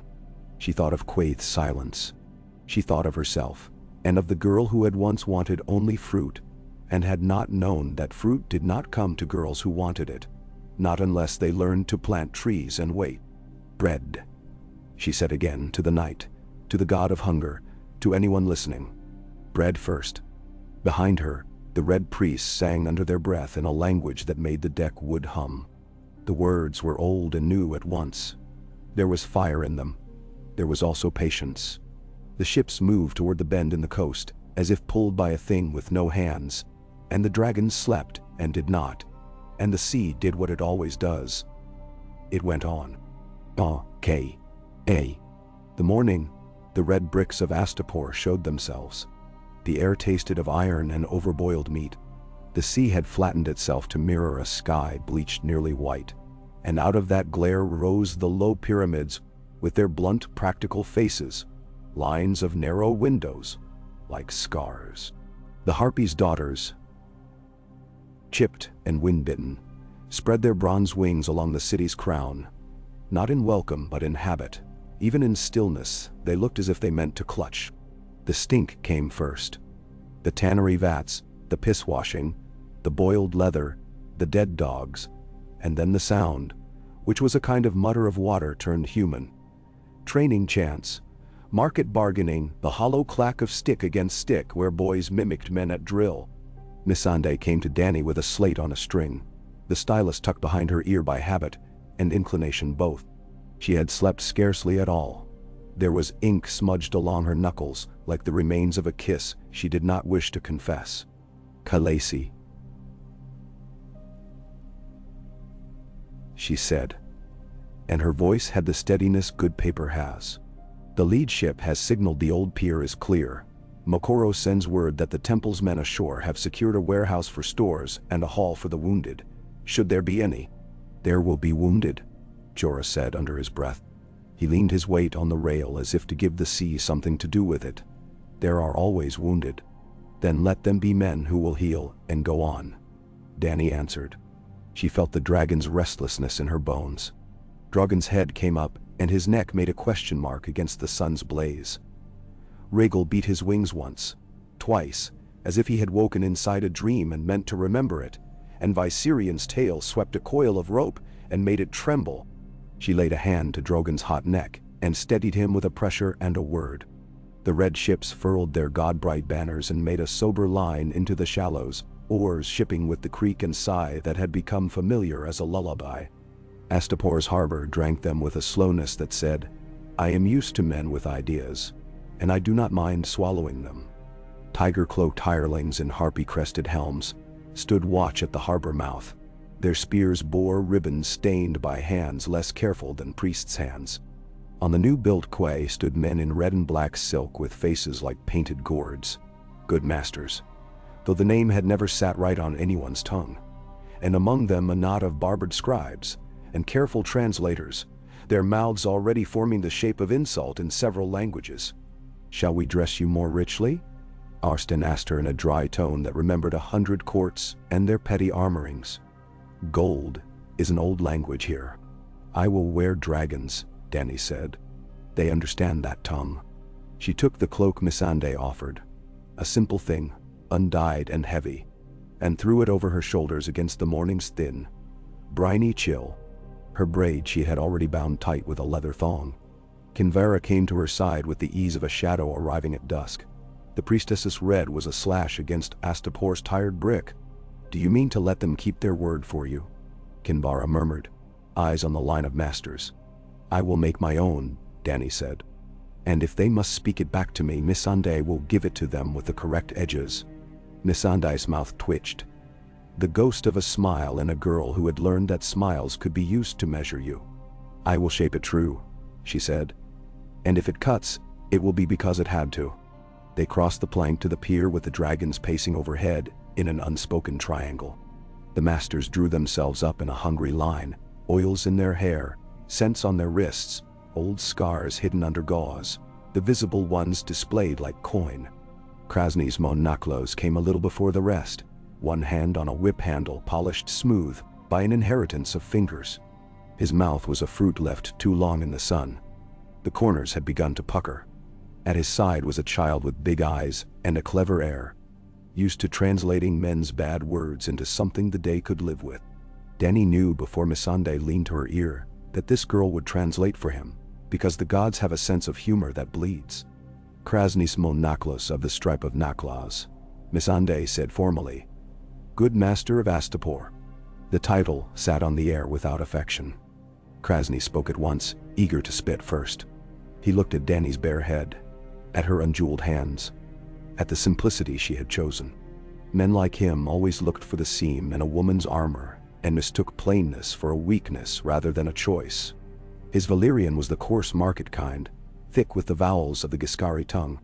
Missandei's brow smoothed as she listened, then gentled what he had said for the day to hold. "He says,"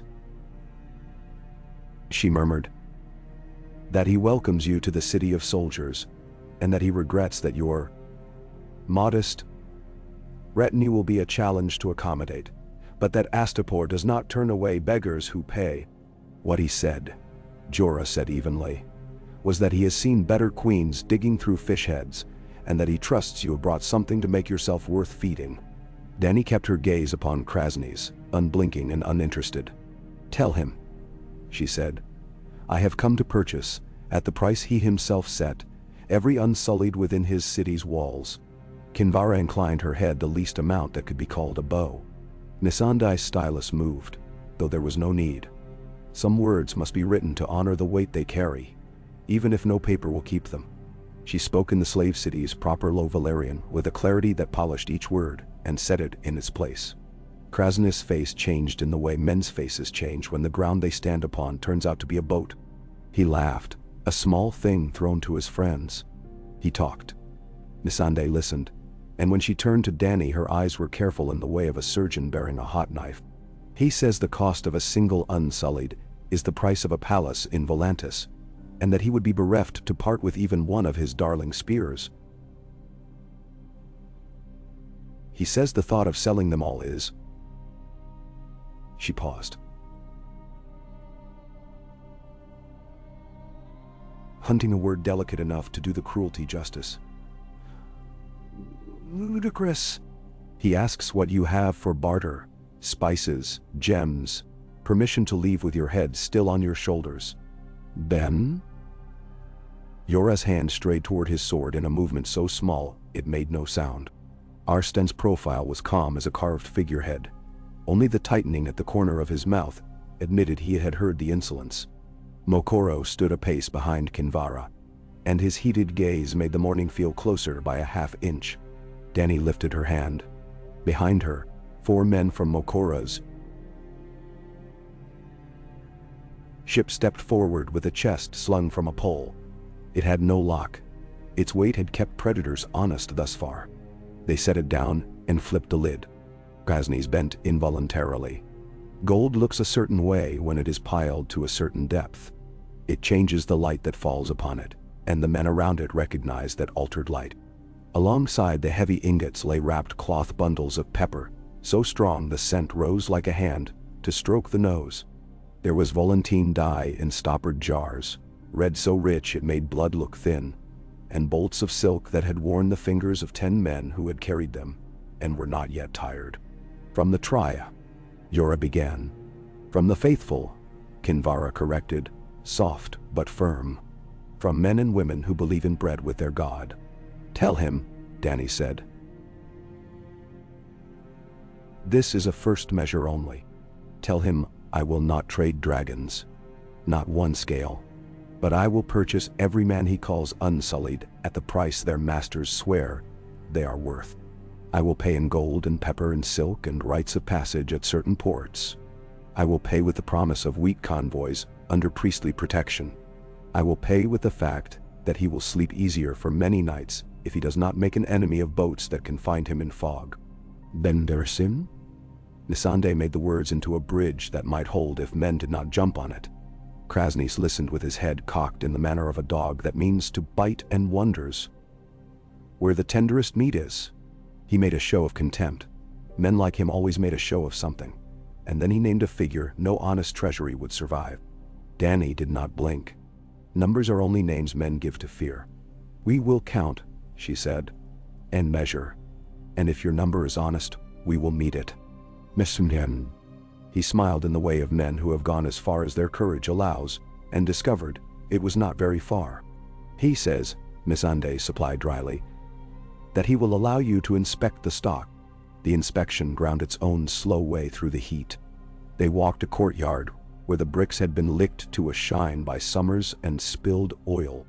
The unsullied stood in squares so perfect, the eye grew tired trying to find an error to rest upon. They were small for soldiers, as men in lands where food is a bargaining chip often are. But there was a stillness in them that made them large. Their faces were empty of the things masters fear in other men. Dany moved slowly before the first file, and put her hand out as if she meant to measure the air before their lips. None flinched. One blinked. She stopped before him. His eyes were as calm as a stone river, when the wind is in the trees above it, and not on its skin. What is your name? She asked, in the low Valyrian that 100 nights had put back in her tongue. None, he said, the answer taut with a lash behind it. Missandei did not stiffen. She wrote his voice upon her slate because she had discovered, last night, that her hand would remember what her heart might forget. What name do they use for you? Dany tried again. Grey Worm, he said after the briefest pause, as if selecting a brick from a pile where all were cracked in the same place. His accent made the Giscari syllables dull. Jorah shifted. Arstan's eyes warmed as a candle warms with someone else's breath. Drogon ruffled his wings on the parapet, where he had chosen to sit like a grotesque and watch, turning bright eyes on bright helmets. Dany nodded. Grey Worm, she said, trying the shape. Will you look at me? He did. For an instant. No wider than a knife blade, the emptiness on his face thinned, and she glimpsed a boy whose first memory had been a woman pushing a reed basket down a river unlucky enough to empty near Astapor. She turned to Krasny, who had grown bored enough to find fresh insult. They will be weighed, she said. Fed, watered, counted, and weighed again. For each man you provide who is not, as you claim, trained, able, sound, you will bring me 2 more at the same price. Missandei's mouth moved with an economy that made Jorah blink, admiration softening the knot of distrust he wore for all things in red and all men in cities. Krasny spat something that made the child interpreter flinch. Missandei did not translate that part. He says yes, she told Dany, and that he will have his scribes draw up particulars. And the dogs? Kinvara asked softly, hatred like a thread drawn through cloth, and knotted at both ends. "Will they make them kill dogs for your pleasure again?" "No," Dany said. And her voice had the weight of a door when it closes on a room someone must not enter. "There will be no puppies killed." She did not look at Krasny's when she said it, because she would not perform disgust for a man who counted such acts among the coins of his power. It took a day, and another, and half a night to bring the thing to shape. Numbers are stubborn. They need to be coaxed and counted, and let sit, until they stop altering themselves to suit the counter. The gods in red built ovens in the warehouse they had claimed, and women came to them with flour in jars, and salt in their palms, and the muscle memory of grandmother's hands. Bread began to appear in lines along benches, ranks as precise as any Unsullied's. Men who had never been inside a temple without a collar came to stare and put coins down and say little prayers they could not help. The red priests did not ask for names to be given with the coins. They asked how many loaves a family would eat in a day if it wanted to be honest with itself. And they wrote the numbers down and made a storm out of them. Benero's letter came upriver on a barge with orange blossoms woven into the ropes, and Missandei read it aloud in a room where the air had grown thick with the smell of yeast and heat. It said nothing and everything. That fires had been lit on the black wall for a woman with 3 shadows. That the elephants had put on tigers' stripes, and the tigers had put on elephants' tusks. That there were men who would try to follow her with chains, because they could not imagine following any other way. It ended with a plain line: "We send you gold to purchase men with, so that you may purchase their names back." The barge's chests held coin and, more valuable, stamped bars of salt, wrapped in oiled wool like infants. In Astapor, salt buys as much as rhetoric. The contracts were drawn. Missandei sat with Jiki and Iri and Arstan at her shoulders and wrote what Dany spoke. They put down the number of men, the dates of delivery, the measures by which a man is counted a man, and not a boy. They put down the penalties for substitution. They put down the obligation of the buyer not to maltreat the stock before the sale was complete, and Dany said, "Strike that, because a human being is not stock." And if she were to sign such a thing, it would make a mark that would remain in her hand, whether or not the ink showed it. Krasny's came with braids newly oiled, and a tunic brighter by 2 shades of cruelty. He brought the whip that said, "In this city, here is the man who currently tells the Unsullied whose lives they are." He presented it with a flourish to Missandei to pass to Dany, as one offers a sweetheart the handle of a knife. Missandei did so, mouth set, hands steady. "Tell him," Dany said, holding the thing between finger and thumb as if it were the tail of a dead snake, "that the moment the last coin changes hands, the moment the last man is tallied and the last boy spared his test, I will break this," Missandei told him. His smile turned inward and cut him on the way. "He says," and her voice flattened, "that the whip is a symbol, and that symbols cannot be broken by women. He says it will be as he says it will be." "Symbols are only tools men have forgotten they made," Dany said. "This one will remember." The counting took place under a hot sky that punished haste. The Unsullied filed past with their spears and shields, sandaled feet whispering on brick. The smell of them was salt and leather, and the faint, washed sourness of bodies fed on gruel and obedience. Dany stood to one side and counted. Jorah counted. Arstan counted, and when his hand faltered, Missandei took the slate from him. And when hers did, Kinvara took it with a nod that admitted this was not her art, and she would do it anyway. Moqorra watched the master's faces more than he watched the ranks. His god had taught him how to look where a man's thoughts flee when his lips are busy. By evening the last man had passed. The chest lids had been closed and opened 3 times. The whip lay upon the table between Dany and Krasny's, like a snake playing dead. The child who had translated first on the pier had fallen asleep by a pillar, and a boy barely older had taken her place with an eagerness that made his voice crack. "It is done," Missandei said. "It is done," Dany agreed. She took the whip in both hands. The leather was supple in the way of things that have been held too often by men who love holding. She drew it taut. It did not break. She raised it and brought it down across the edge of the table, and the table knew what to do and gave back. The plat split with a sound like a name being altered. She drew breath and brought it down again, and the handle split, and the small bronze head that had been the harpy's face rolled across the boards and fell to the floor with a little bounce, like a coin that does not know yet which way fate will turn it.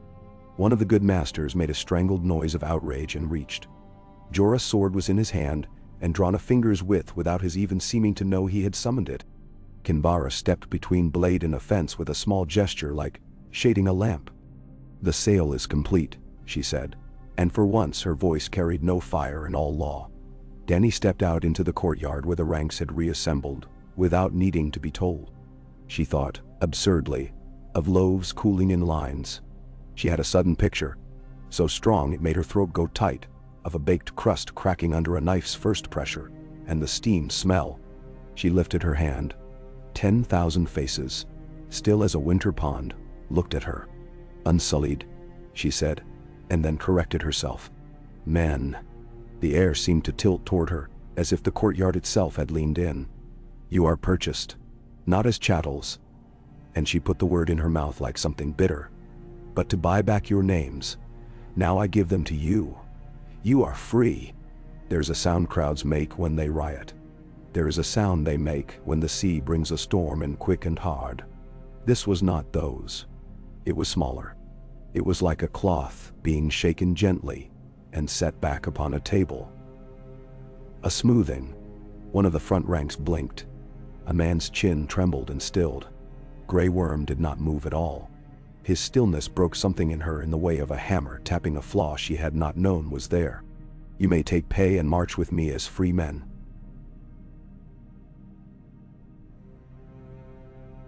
She said, and she made her voice practical and unromantic. A baker's voice, a quartermaster's, or you may lay down your shield and go where you will with a purse that will feed you until your hands find other work. I will count either choice as honor, and I will not ask why. Silence held. Then somewhere a spear butt knocked against brick. Once, twice.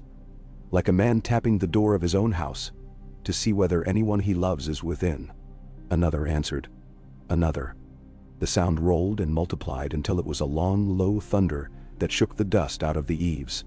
Grey Worm lifted his spear and struck the ground with it once, and then held it, and the heads of the men in his file tilted toward him by the smallest possible angle, and then straightened.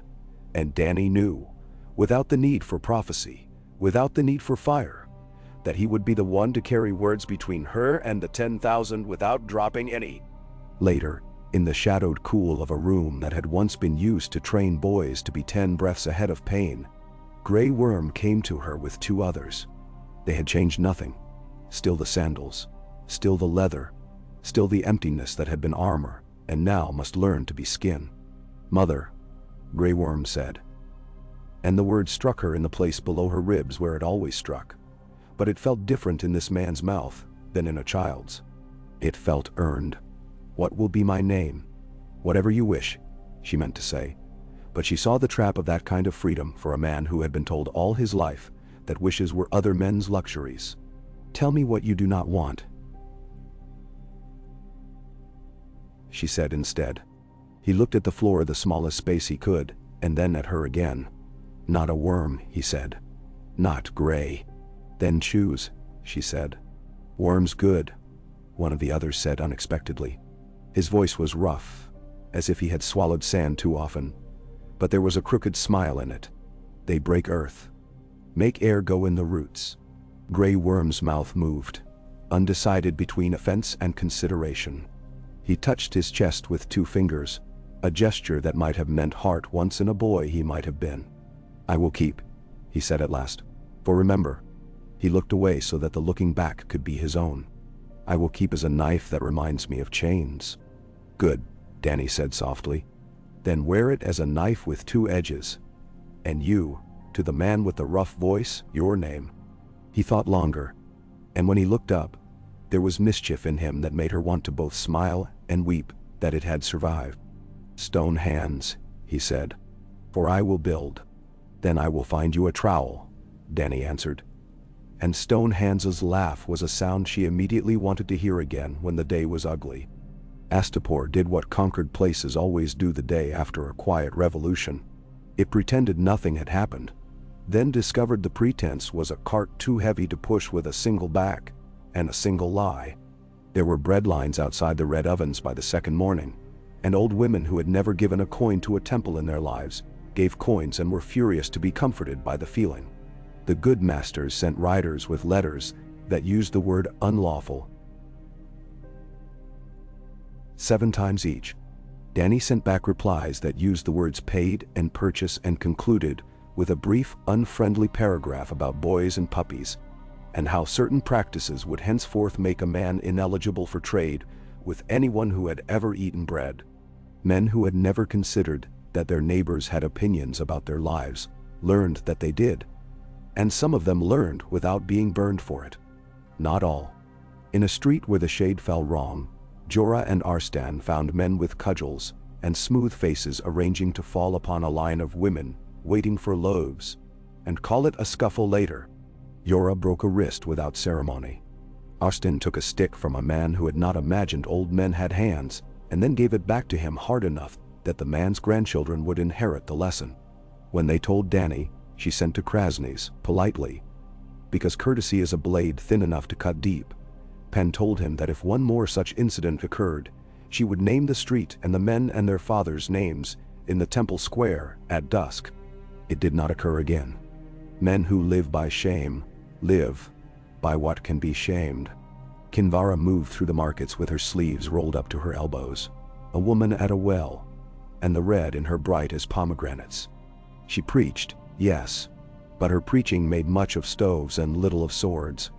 Mokoro set strong-armed acolytes to carrying sacks of flour from boats to ovens and to sweeping hearths when the day's heat left nothing else to do. Benero's letter had asked for a crusade. What arrived in the lanes was a guild. Men liked that. They knew how to be useful in a guild without having to declare sanctity. "Your priests are good at this," Jorah admitted grudgingly one evening as the sun fell behind brick and made the city lamplit if a man stood in the right place. "They are good at building fires," Dany said. "Today I asked them to build ovens instead. It turns out they like to be told yes when they ask to be useful." "And yea." He made a noise that might have been a laugh if his mouth had forgotten how. "And when they ask to be holy, then I will tell them they may be holy if it helps them bake more bread." He shook his head with the toleration of a man who knows himself beaten in an argument and is not sorry. "There will be those," he said, "who want torches." "I know," she said. "I will not give them oil."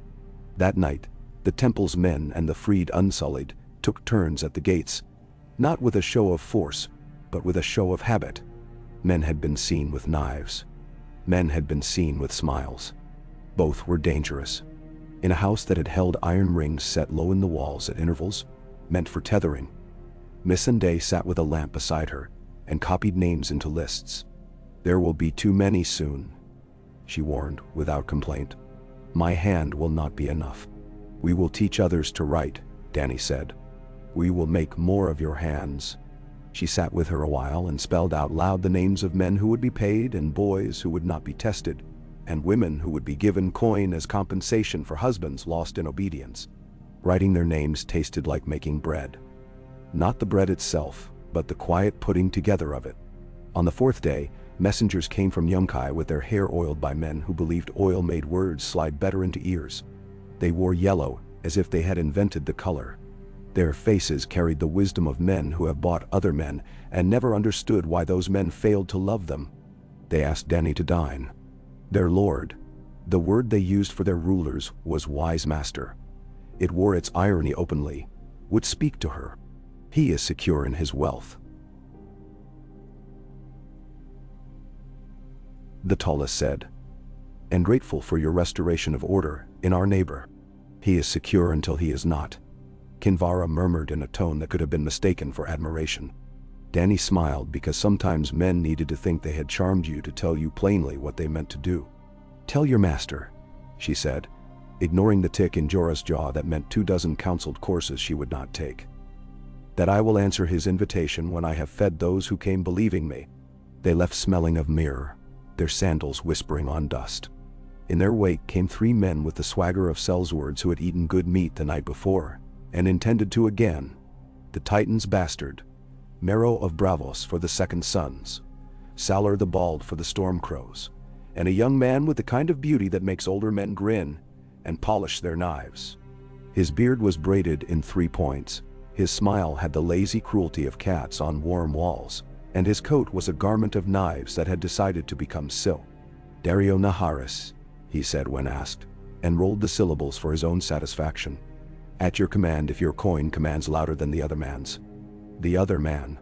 Dany asked, though she knew it is ever the other man in these cities, the one whose purse holds the day by the throat. "The Yellow Kings," he purred. "They pay on time and forget they promised. They like to count us in public and pay in private. I find such men dull." His eyes went to Kinvara and stayed there. Men like Dario always stopped at flames and wondered how they would look bending back a priestess over the altar of her god. Kinvara regarded him as if he were an insect that might bite and might be permitted to do so for science. "Your terms," Dany said to the 3 at once. Mero spat and named a figure that would have bought a street. Salar named one smaller and winked to say he had named it smaller. Dario named none and instead took a coin from his pocket and set it on his tongue and balanced it there, like a man proving to himself in public that he is clever enough to be dangerous. "I do not buy men," Dany said. "I hire them." She glanced at Missandei, and the girl's stylus was already moving. "You will be paid a wage. You will be fed the same bread as men who bear spears in my line. If a man of yours harms a child, he will lose the hand he used and the wage he was paid, and he will be sent away without a story to cover him. If he harms a woman, he will lose more. If he steals, he will work for the man he stole from until the debt is paid. If you like these terms, you may speak to me of gold." "Now." Mero burst into laughter and then stopped when no one joined him. An awkwardness no sword dancer's flourish could hide. Salar's eyes narrowed in calculation. Men who have lived long with a sword learn to add as well as to cut. Dario smiled in a way that made Jorah's hand follow the old line of his sword without drawing it. "The woman is a baker," he said. "She will feed the men who make her rich. I like bakers." "Bah." "She is a queen," Arstan murmured, just loud enough to be heard by those with trained ears. "She knows how to make men live, as well as die." They dickered, because men must. In the end, the Stormcrows went to their tents with a contract a scribe could love, and a purse heavy enough to keep a captain from waking in disgust. The Second Sons balked and went away, and took a smaller purse from a man in yellow, who smiled with all his teeth and meant to grind them later. Dario lingered, made a joke that revealed he saw the shape of Dany's patience and did not fear it overmuch, and left wearing a flower at his belt, given him by a kitchen girl he had complimented with a sincerity that would wither when the next face arrived. "What do you mean to do with Yunkai?" Jorah asked that night, under an awning where the air had slowed and the stars had come back to decide whether men's business mattered. "What I did here," Dany said. "Not make a crusade. Make ovens. Cut chains where they are cuttable. Pay where pride can be bought. Starve where pride props itself upon another man's hunger. We will not burn it. Not if they do not make us. Then now." "They will make us," Jorah said, not entirely unhappily. He had the look of a hound who does not want to be loosed and knows he will be. Men who own men never think they are the ones who must learn. "They will learn," she said. "If not from me, then from the bread that goes around them." Quaithe came to her that night as softly as a moth errs into a room. Even the dragons did not rouse at her coming. The mask looked burned into the dark. It kept its own light.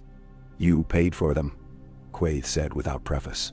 "You gave men coin for the right to say a man is his own coin now." "I did," Dany said. "I will do it again, until I can stop having to." "You will be accused," Quaithe said. "They will say you bought men to fight for you no different than any other master." "I know," Dany said. "They will say anything that lets them keep their mouths sweet and their hands clean. I cannot keep their mouths from speaking. I can only make my hands do the work they should, and show them where the dirt does not come off and why it must not." "Now," Quaithe's head tipped. "You will be given a choice by this. Taste you will like. Buying instead of burning. Bargaining instead of blood. Beware which taste becomes your tongue's home.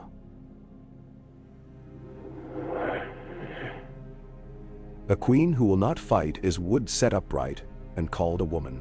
I will fight, Dany said. With bread first, with fire if I must, and with water, Quaithe said. Do not forget water. The mask lifted as if to drink from the air. Another man is coming. He will say he carries you a dragon's horn. He will carry you a wound. Do not put your mouth to it. And see. Her breath left white in the night, the way a horse's does in winter. Then she was not there, and the place where she had stood felt like a line drawn through the heat. They went east along the curve of the bay at dawn, a line of ships no longer cautious, a line of men whose voices were still low with their own amazement that they had been counted and paid as men and not blades. In the holds were sacks of flour and jars of oil, piles of chain going one way and empty hooks for chains going the other. On the decks, the red priests burned incense that was less pious than practical. It kept off the flies. The dragons hunted gulls and discovered that they did not taste as good as fish, and Drogon sulked about it for an hour like a child whose favorite toy has broken and refused to be mended. The first sight of Yunkai was yellow upon yellow. The painted gates, the banners, the dust it made of its own streets and then aspired to call perfume. The walls were high, and the men upon them had the comfort of those who have always had walls under their feet. It is an ignorance there is no schooling for, but war. Dany sent envoys with the same offer she had made on the pier in Astapor, stripped down to its skeleton so that men who hate reason would not be frightened by decoration. Free those you call slaves. Pay them for their work. Open your gates. Keep your lives. Keep your houses. The reply came on parchment thick enough to be tanned skin, written in a hand that liked loops the way a man likes hearing his own voice. We offer you chains of gold if you will leave us in peace. Else, death, and we will call it lawful, because we wrote the law. It was signed with names that had filled cupbearers with fear for 2 generations, and thought frightening cupbearers a useful measurement. She made camp within arrow flight of their walls, and just out of it both at once. The red banners took one side, her own lambent banner the other, and between them ovens rose as if the earth meant to open in loaves. The Unsullied drilled with a minimum of dust, learning the new calls of their new captains. Grey Worm stood where she could see him without his knowing it, and made a line move, as if it were a single animal responding to a single whistle. Daario came to her after dusk with a flower from Yunkai's irrigation ditch behind his ear, scandalized by its own beauty and unable to help itself. He asked for wine and drank it as if it had wished to be his mouth. Salar grumbles, he said. Merrow laughs. The Yellow Kings count the coins that are not there yet and call them certainty. He leaned forward as if to make a secret in air between them. The Storm Crows would be willing to unlearn our habit of pointing our points the way the highest coin instructs. If a man told us a story about how our lives would be more interesting at your side. No. Tell me the story, Dany said. If it convinces me, I will pay you to believe it. He smiled and said a thing men in Sellsword's bands say when they mean to test a woman's temper for sport. Yora's hand twitched. Arstan shifted his weight and did not speak. Kinvara watched Daario with the interest of a surgeon and the patience of a cat. Missandei wrote down none of it. Dany let the man talk, then cut his story down to its frame and found wood good enough to build with. You will come to me by morning, she said, with the heads of the men who cannot live in a world where a woman is a baker and a queen both. Or you will go to Yunkai and take a wage there knowing I will break it. Daario bowed and made the bow into a jest, and a jest into a bow again. I will bring you something, he said. He left with the lamp's light on his hair and the smell of the ditch flower, overcoming the camp's more honest smells. In the night, 2 bodies rolled out of a blanket at Dany's feet, and showed mouths surprised to have been split. Darius' knives had done tidy work. He laid them down like garnishes, and smiled like a child proud of his lesson. My captains, he said. They bored me. I thought you might like to keep them from boring anyone else. Do you think I am a woman who collects heads? Dany asked, cool with the wonder of how quickly a life can pivot. "I think you are a woman who collects results," he said. "War has so few gifts that smell of bravery, the rest smell of other things." He placed the hilts of his knives in her hand for a beat, then took them back without cutting either of them. "The storm crows are yours." "Not mine," Dany said. "The coins, and the breads, and the work." Yunkai did what walls do when they are offered terms by an army that has discovered it can pay its own. It delayed. It sent more letters with more words that meant less. It sent priests of its own gods who spoke of proper order, and the need for those born low to accept the joy of their place. It sent courtesans whose rings looked like kindness, and were not. Dany smiled as one smiles at summer flies. She sent back, predictably perhaps. But predictably is sometimes the point. Bread.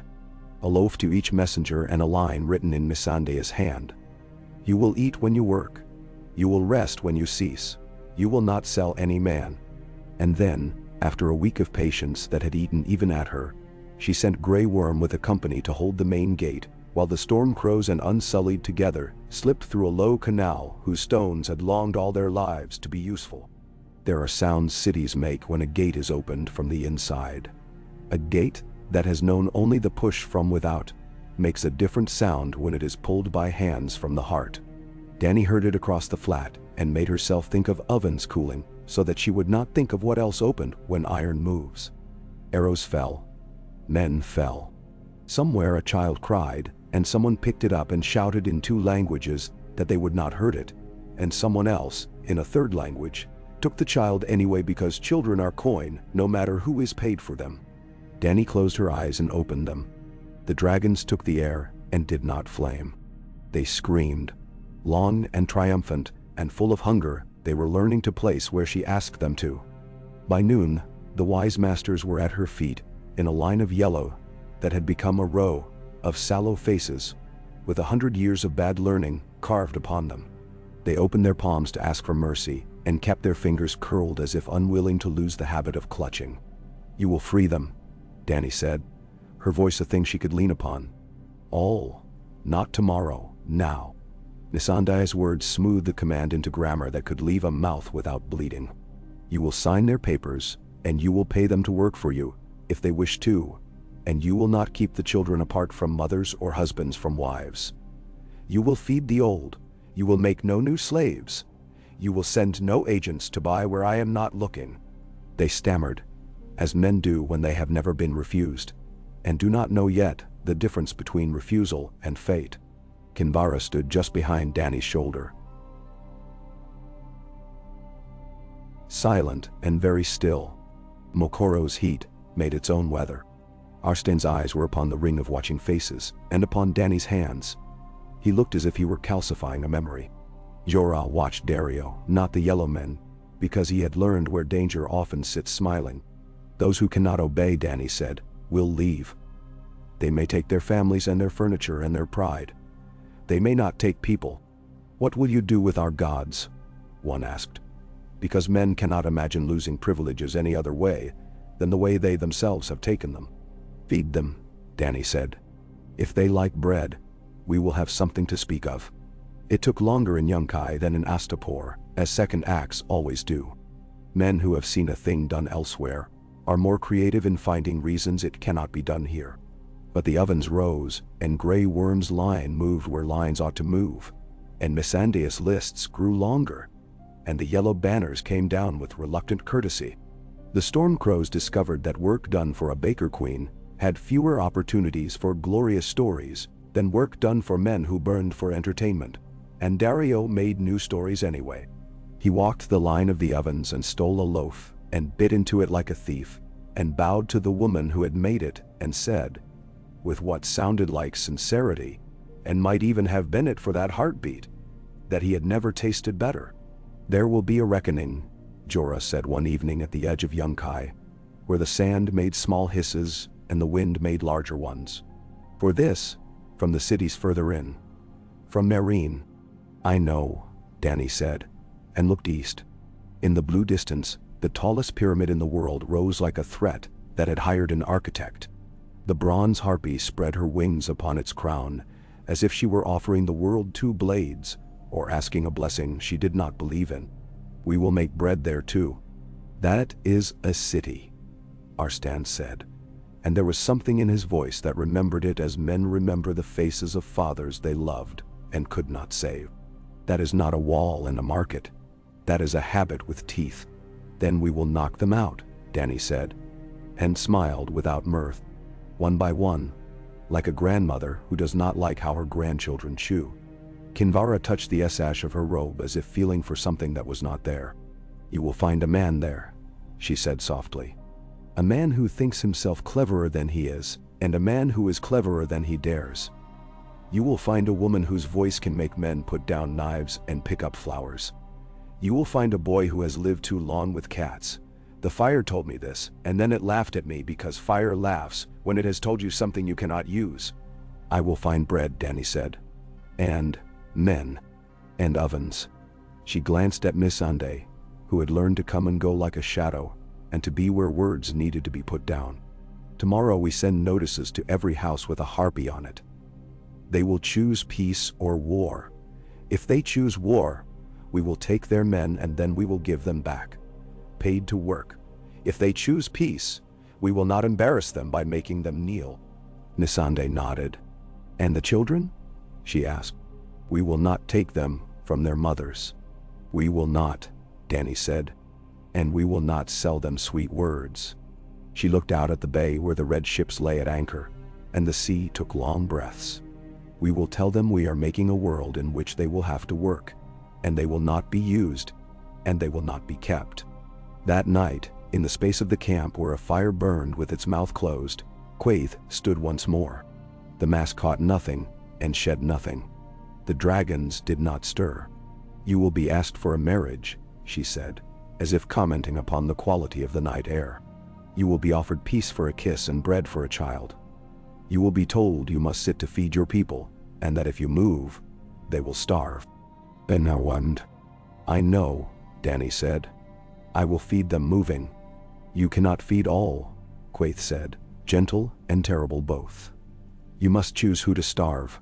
That is what rulers learn when the bread they bake is not enough. Dany felt the truth come up against her like a wave and push and go back and push again. Then I will starve those who would eat men. That is a beginning, Quaithe said. Hold the heat.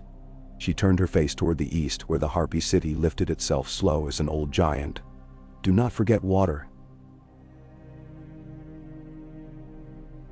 she added, as if in afterthought. There are tunnels in that city. There are rats and men who call themselves rats. They will be the first to eat when the ovens are lit. When morning came, Meereen was closer and Patience farther away. Men on the walls showed themselves in bronze and confidence. Women came to the red ovens without fear now, talking about the prices of lamp oil and whether the queen would be generous to those who used to be cruel. A boy, skinny as an accusation, brought Dany a ring he had found in the dust and said it was his father's and he did not want it. Dario learned the names of Meereenese streets and forgot them on purpose so he could ask again and make women smile. Grey Worm set men to digging where the ground told him secrets about where a sewer ran. Missandei sharpened her stylus and did not let her hand cramp. The last night before the march, Dany walked alone between the sleeping lines.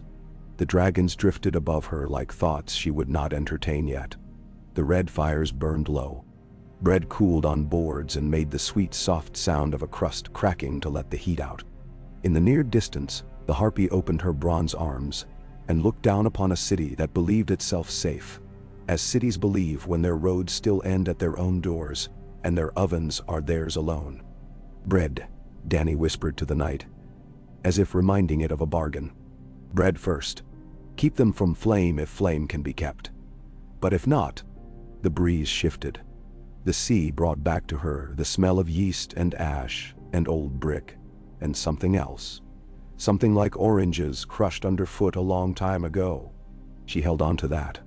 She thought of the boy with the ring he did not want, and of the man who had kept the name Grey Worm, and of stone hands making a small wall that would keep a woman's garden from eating the lane. She thought of the red priests and their barely hidden joy at being allowed to do something useful that did not require anyone to burn. She thought of Quaithe's cool counsel. Hold the heat. When dawn pushed its fingers into the dark, The camp rose and became a road. Men took spears. Ovens were raked. Pots were covered. Banners were tied. The dragons circled and cried out. The red ships in the bay struck their bells. On the wall of Meereen, a trumpet sounded 3 times in a voice so clean and sure of itself, it might have been a nobleman calling for more wine. Dany bound her braid tight. She took her place on foot among the men who had been bought and freed. Hired and paid, fed, and told the truth. She felt the weight of all the words she had spoken ride upon her shoulders, and found it both a burden and a kind of rightness that steadied the step. Jorah came to her left with his jaw set. Arstan came to her right with his mouth soft and dangerous. Kinvara walked a little behind, and Mokoro, and Missandei with her slate, and Dario with his knives and his smile. Grey Worm lifted his spear, and the first line moved. The sun came up and made the bronze harpy blaze, and when she caught fire it was only the light playing, but it looked, for a heartbeat, as if she were caught between 2 things she had pretended not to see all her life: a world of bread and a world of flame. Oh, Kai. The banners lay in folds like sleeping tongues before the wind remembered its duties and licked them into life. Men stood in their places because they had been taught to, because their wages depended on it, because bread had convinced them to, and because fear and hope often moved the feet the same way. The harpy upon the great pyramid stared toward the sea, as if expecting a fleet of someone else's regrets. Dany thought how bronze remembers hands the way bread remembers ovens. She had learned to look at a city and see habits prime as walls. Meereen's were old and soothed by time. It would not give them up easily. At first they sent heralds in silk, with chains at their throats polished to a theology.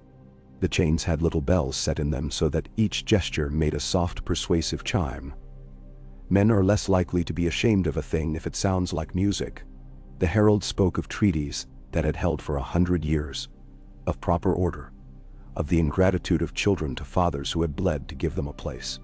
Missandei listened with her head slightly turned, as if hearing a story she had heard before in a different language with different heroes, and then spoke back in the language Meereen liked best. Precise, courteous phrases that gave no hostages, and offered an arithmetic the great masters had not considered. That the price of a chain was a man, and they had overdrawn. Toward midday, the sound from the walls changed. It is possible to hear disdain when it leans over a rail. It is a small tinkle, not unlike ice shifting in a rich man's glass. A gate opened like a mouth that remembered how to bite. Out trotted a rider on a white mare with lacquered armor bright enough to tire the eye. His helm bore gilded wings. His spear had a pennant that scribbled his name on air in a way that would not last. He made 3 circles before the lines, casting dust upon the first ranks as if to teach them their place. He shouted something long about honor and lineage, and the danger to civilization posed by women who bake, and then presume to fight. Jorah's jaw made the shape of a swallowed oath.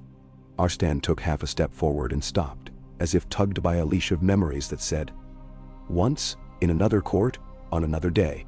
Dario laughed under his breath, a sound like a sword juggling coins. "Shall I fetch him a mirror?" he murmured. "The poor man thirsts." "They mean to measure our temper," Dany said. "We will not give them a number they can count on."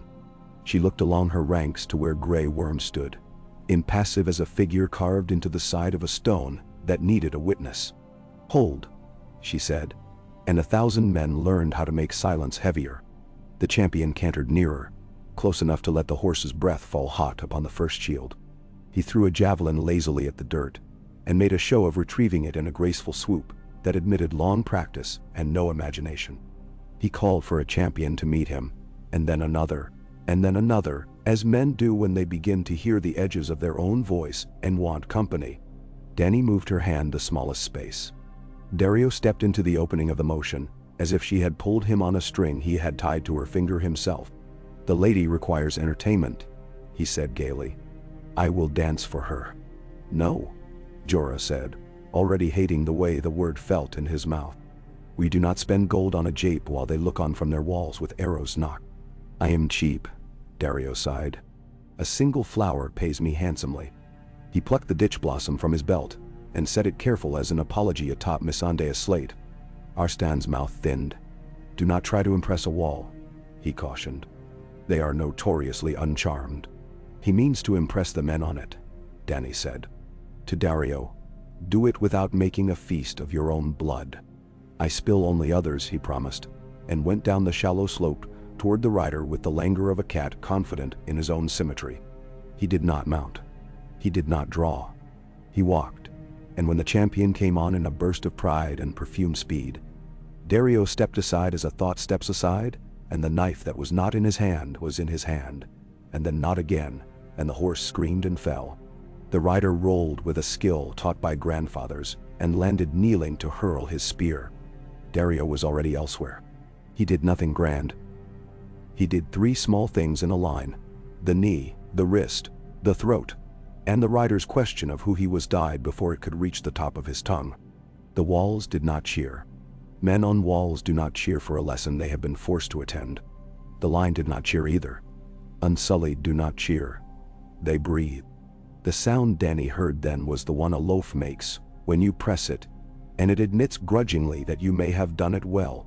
Dario gave a courteous bow with a hand that had only slightly more blood on it than his mouth ever had, and came back up the slope, as if returning from a flirtation that had ended prematurely for reasons beyond his control.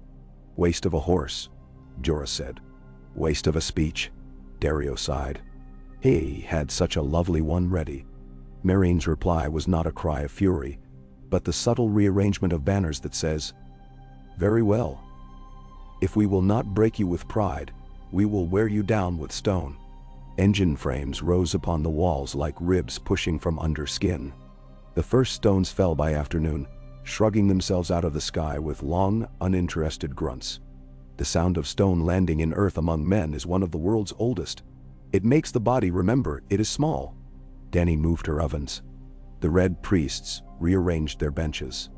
Grey Worm angled his ranks with the same obedient patience with which seabirds incline themselves to a change in wind. She would not goad them into a sally that would be a meal for old men at supper. "Water," Quaithe had said, as if in afterthought. Dany set men to work where the ground smelled faintly of rot, the way a crock does when a lid is lifted. Sewers are a city's memory and its shame both. They are also its map. In the afternoons, when the catapults paused, because men must piss and quarrel and boast, stooped figures moved with rods and chalk and the sober cunning of carpenters, learning where water wanted to go when men forgot to command it. The rats objected. They argued in their squeaks and bit. Stone hands, whose hands could not help but earn him his name wherever he went, learned to speak to rats with crumbs as a bribe conveys anything talk cannot. On the 4th day, a boy came under a flag of truce that was only a linen shirt wrung clean and held up as an argument. He bore a band of shaved hair about his skull like a circlet, and a mouth that could not decide whether to be clever or still.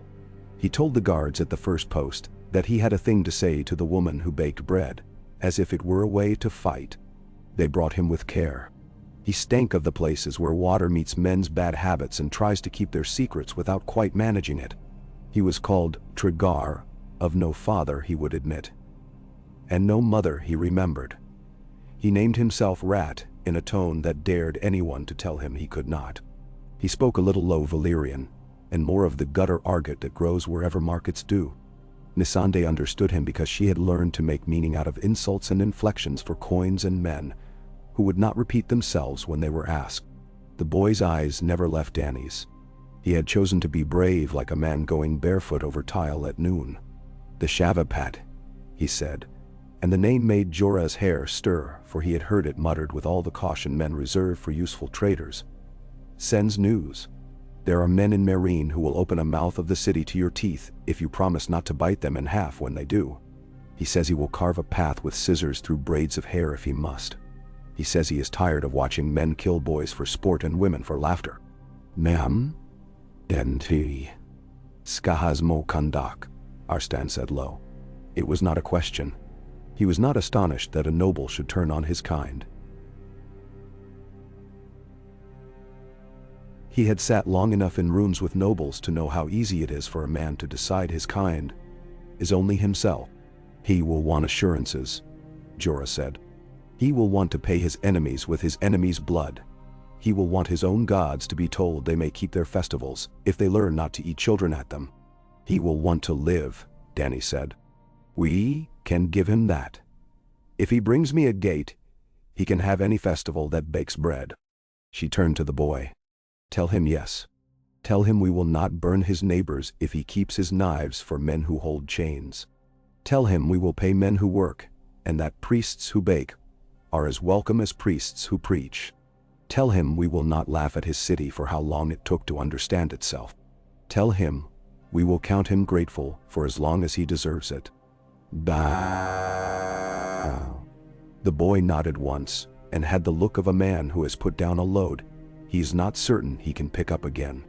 He also says, he added, as one does a line at the end of a letter that seems a trifle and is not, that there is a man in there who will come with a big wheel of horn and a lot of talk about dragons. The shave pate says to tell you he does not like horns. They are for men who cannot speak with their mouths. No. Do not put your mouth to it, Quaithe had said. Dany smiled with a small sour gratitude for warnings that arrive before the wine is poured. Tell your Shavapate. She told the boy that if a man brings a horn to my tent, I will send him away with an empty bag and a full lesson. Tell your Shavepad, and she bent a little so that the boy smelled bread and not perfume, that if he is caught, I will do a thing the city has not seen. I will mourn a man with braids. The siege did not look like a siege while it was happening. It looked like a bad habit the city had chosen. Stones rose and fell. Dust made conversations intimate. The red ovens gave off their steady heat. Men went to piss and came back and argued about whether the queen's hair would be brighter if she wore it unbound.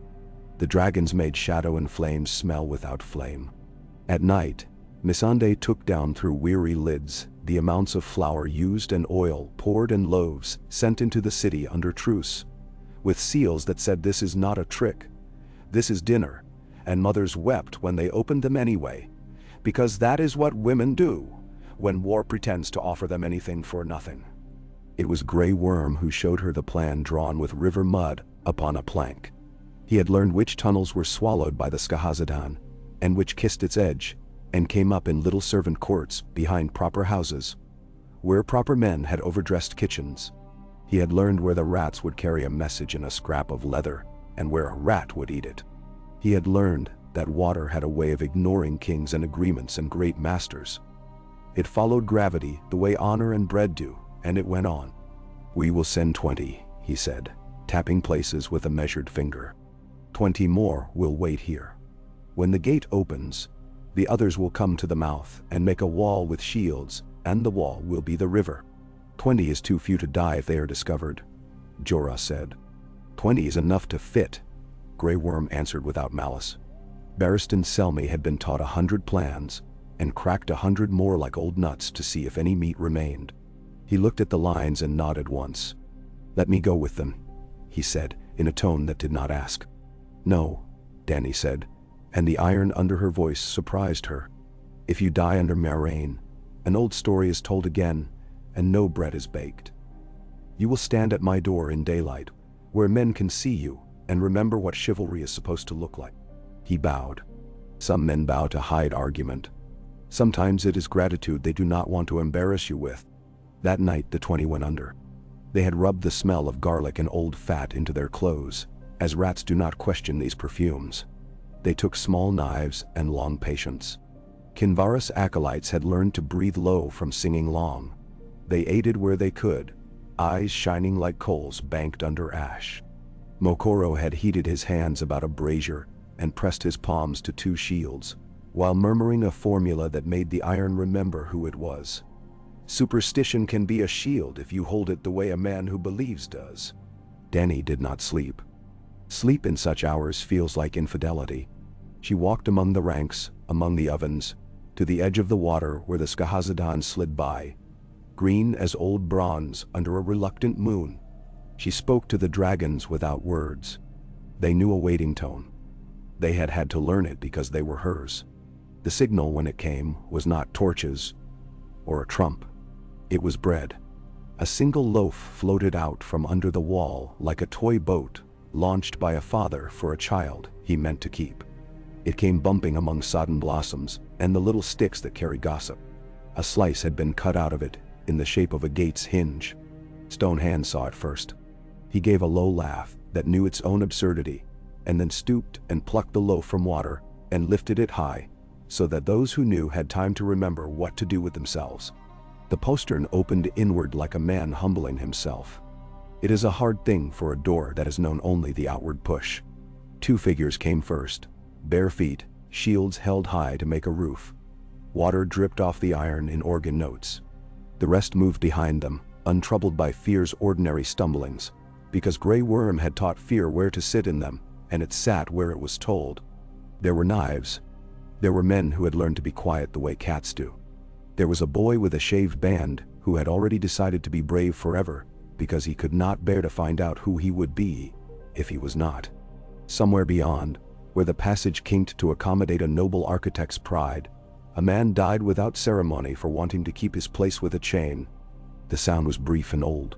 The gate's bar lifted and made a sound like a tree deciding to let the wind have its way. The mouth of the city opened wider than it had meant to. Outside, Grey Worm lifted his hand and set it down again. The line went forward with the careful assurance of a baker, sliding a peel into a hot oven, and knowing his wrist will not scorch if his hand is steady. Shields went first. Spears followed under. Arrows rose from the walls and fell into shields, and were answered by a tide that was not flame but the same, in that it changed the air and made men remember they were working. Dany did not ride ahead on a white horse. She went where men could see her and lived, because men could see her, and because the dragon shadows leaned forward as well as sidewise. A stone fell. Jorah's shield took it, and he took her by the elbow long enough to relocate her to a place where the sky was less ambitious. Arstan's sword felt old in his hand and true as anyone's name. He did not need to swing it often. Missandei stayed behind the second rank of shields with her slate wrapped in oilcloth in case words were needed, and she would not lose them to water. Kinvara and Mokoro did not call down fire, and their god, surprised perhaps, behaved like a good guest and did not thrust himself forward. They did other things, bound a wound and sent the man back into the line. Eased a panic with a palm set flat against a man's chest and a whisper into his ear. That had nothing to do with prophecy, and everything to do with the body learning how to be told to breathe. By dawn, the corridors near the west gate belonged to other music. Men who had been boys in pits where cats learned to bat boys' heads like playthings drifted out blinking, and did not, at first, understand why no one had a chain for them. Women came with knives under their robes and used them with relief, not joy. Later, they would wash those knives in bread water and make babies sit near them so that someone would remember. Meereen did not fall like a tree. It sagged like an old stubborn thing, and then gave way in places and stood in others, as if choosing which parts of itself it might allow to live. At the base of the great pyramid Skahaz Mo Kondak waited in bronze that had seen many dinners but few dawns. The Shavapate had a face like a man who has put aside 2/3 of his fear and intends to keep the last third as a moral tutor. He sank to one knee when Dany came near and looked up, not at her face, but at the space just above her shoulder, where her shadow reached to shake hands with a dragon shadow, and was not ashamed. "Your ovens," he said by way of greeting. "I have men who can make them become laws." He rose without being told to and smiled with all his teeth, which were not beautiful and therefore trustworthy. "I have enemies down there who will become opponents if you feed them, and friends who will become enemies if you do not. I have cats, and boys who will live if they learn to throw knives at men who are not cats.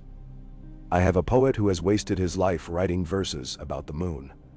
I have a sister who hates me for my scissors."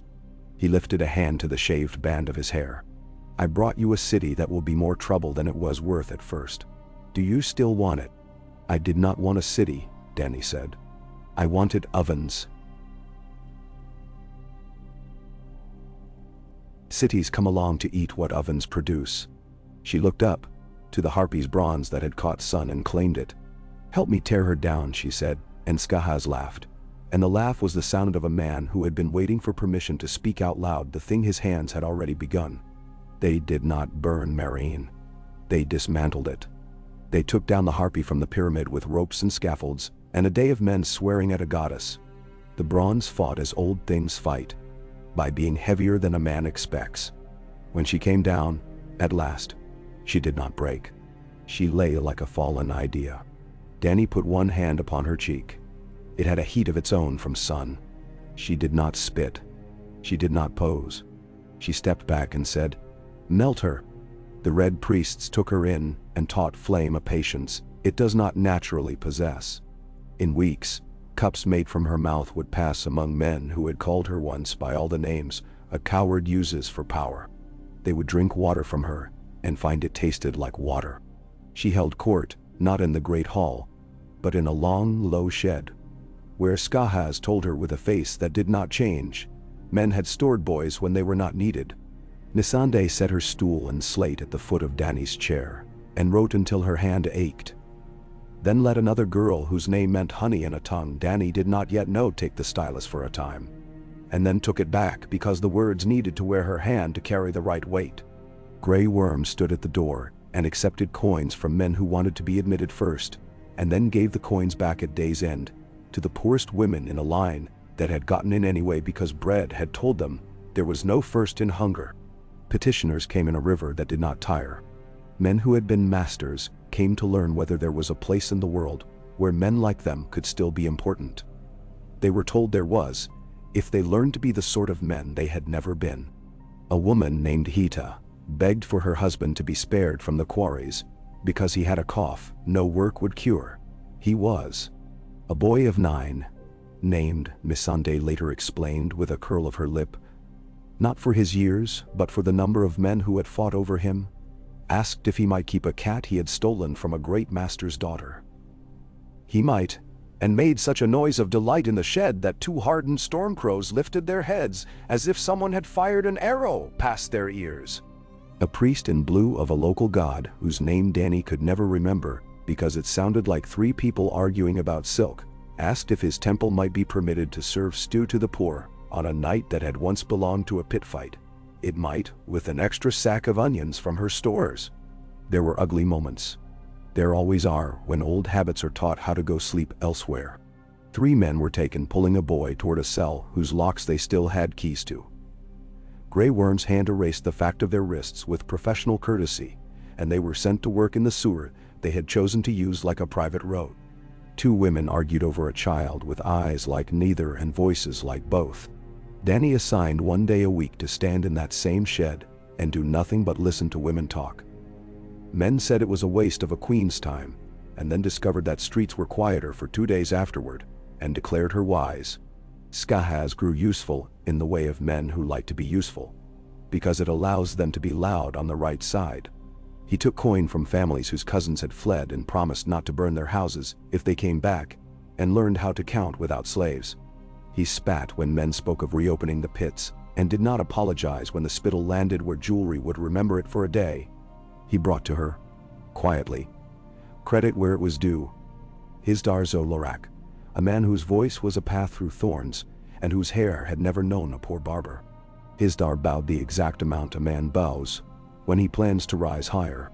"Your Grace," he said. The title tasted foreign in his mouth, and he allowed it to. A gentleman's trick. He had chosen wine that did not try to hide its spices, and poured it as if pouring were a holy act. "We beg you for peace. Our city begs you. Our children beg you. Close the ovens if you must.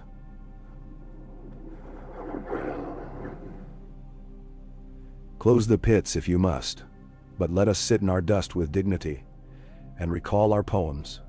Your war is done." "My war is work," Dany said. "It will be done when work is done." She studied his face. It was not a cruel face. Cruelty in it was an instrument, not a pleasure. That could be more dangerous. "What do you offer me when you say peace?" "A husband," he said simply. And Skahaz snorted like a mule, but said nothing because sometimes a snort is sufficient argument. "A place in our histories. a chair that is not a stool in a shed. I will be your voice to those who cannot bear your voice. I will teach your bread to taste like ours, and ours to taste like yours. I will shave my head in your fashion on the day you ask. Then the man, no horror. Dany looked at him and saw a man who had learned to be convenient to power, and who meant to be convenient now to her. She thought of Quaithe in the night. You will be asked for a marriage, and told that only by being still can you feed your people. She put a piece of flatbread upon her tongue and let it dissolve. She thought of vows and of how easily men make cages out of words that want to be bridges. I will sit with you, she said. I will hear what you hear. If your hearing matches mine enough that our mouths might say the same thing without lying, I will speak of marriage. If not, you will sit anyway. And if you ask me again too soon, I will send you to feed men in the quarries with your own hands for a month so that your ears can learn the sound of hunger. Then Dow. He bowed farther, and perhaps for the first time in his life. Ace my queen commands. There was sickness.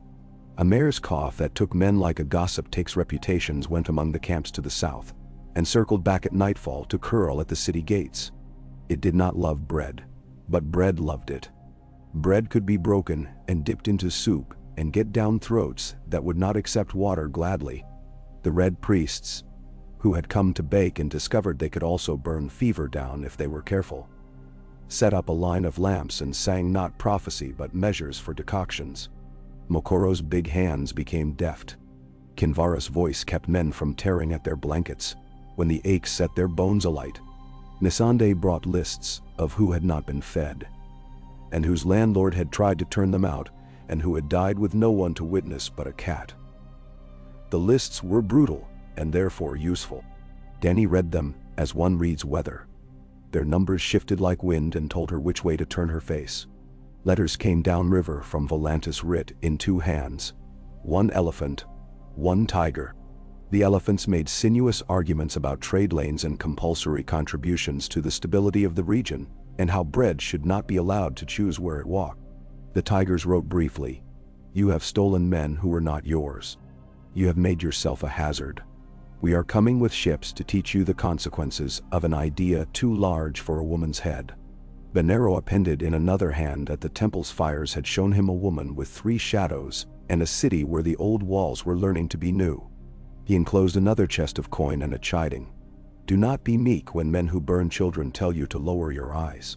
From the west came ash-scented tales of Ironborn reaving farther than they had right, of a lord with a smile like a knife hilt who had set a priest adrift, of a brother, or perhaps a brother's brother, who had taken a fleet and a horn and a promise to teach dragons how to kneel.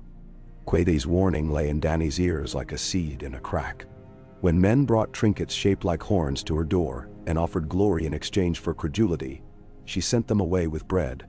They stared at the loaves, confused in the way men are when jokes are made at their expense, and they cannot politely ask to have the punchline explained.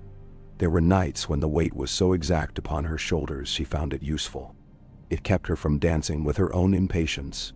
There were mornings when she forgot briefly to be who she had made herself, and remembered the girl who had wanted fruit and not a city.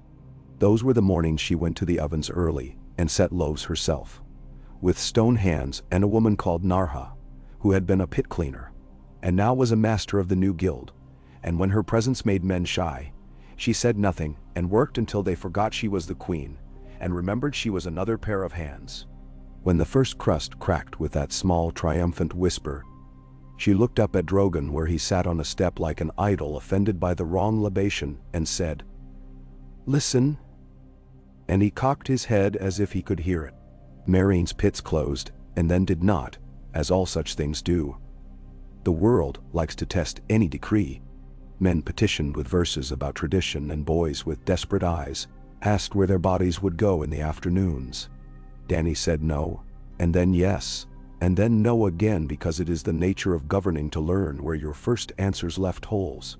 She said no to fighting, and yes to games that measured skill without blood.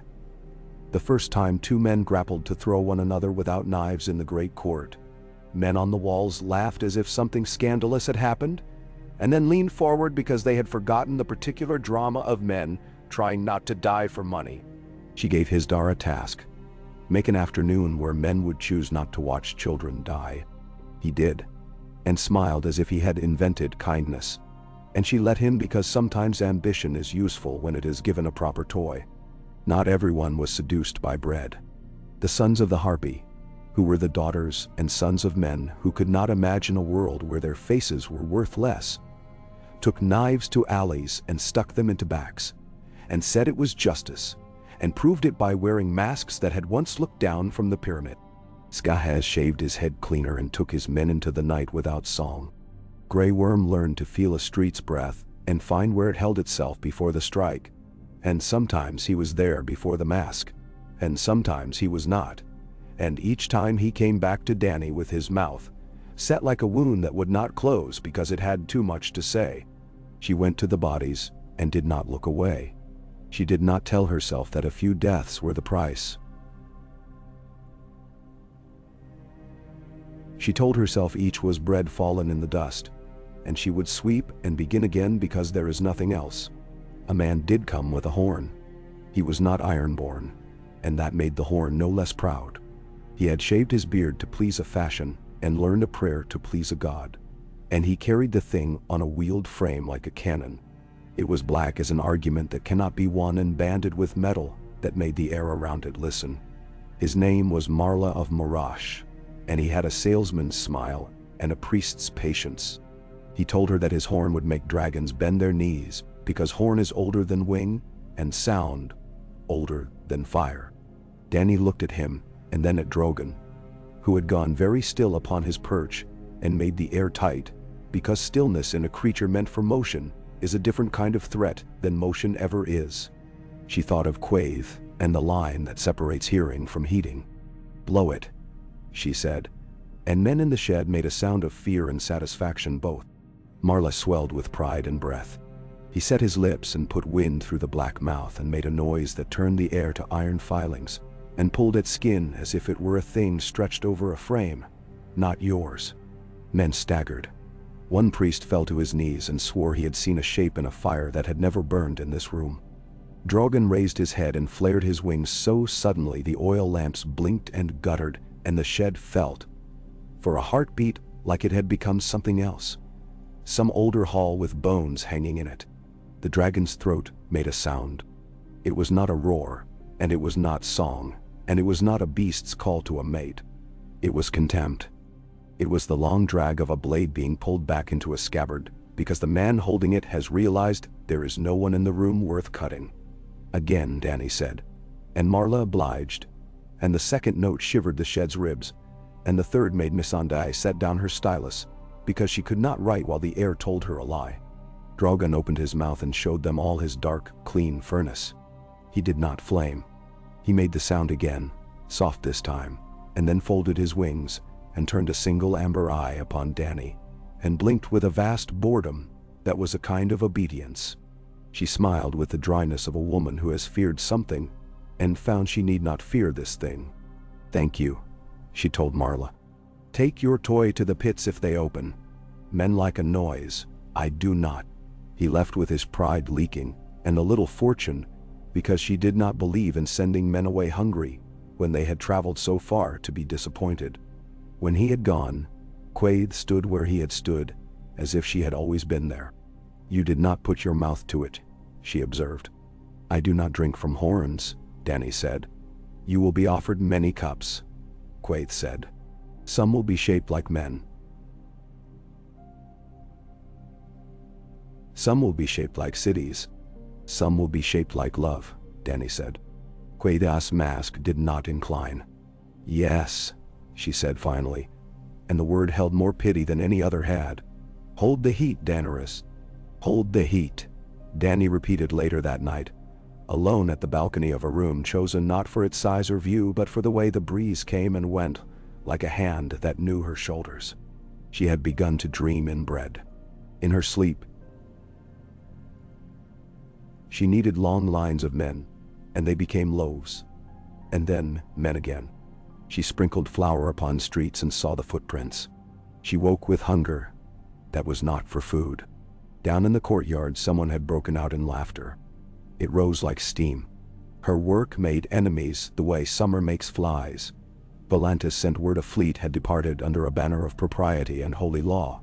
Its priests told men that bread made by a woman who refused to bow would turn in their mouths to ash. Yunkai repented of its repentance and began to purchase elsewhere in little, sly ways. Astapor was a debt, but a manageable one. Bread still warmed its streets, and the ovens had taught men how to count days without chains to mark them. Meereen taught her new arithmetic daily. Hisdar returned and returned, polite as a well-trained cough. He spoke of peace and of children, and of the proper place of gods. And sometimes he was wise, and sometimes he was a liar, and sometimes he was both. She used him like a tool, and told him she was doing it, and he smiled with relief because tools love to be named. It takes away the shame men feel when their usefulness ends. Skahaz and he sparked when asked to sit too close.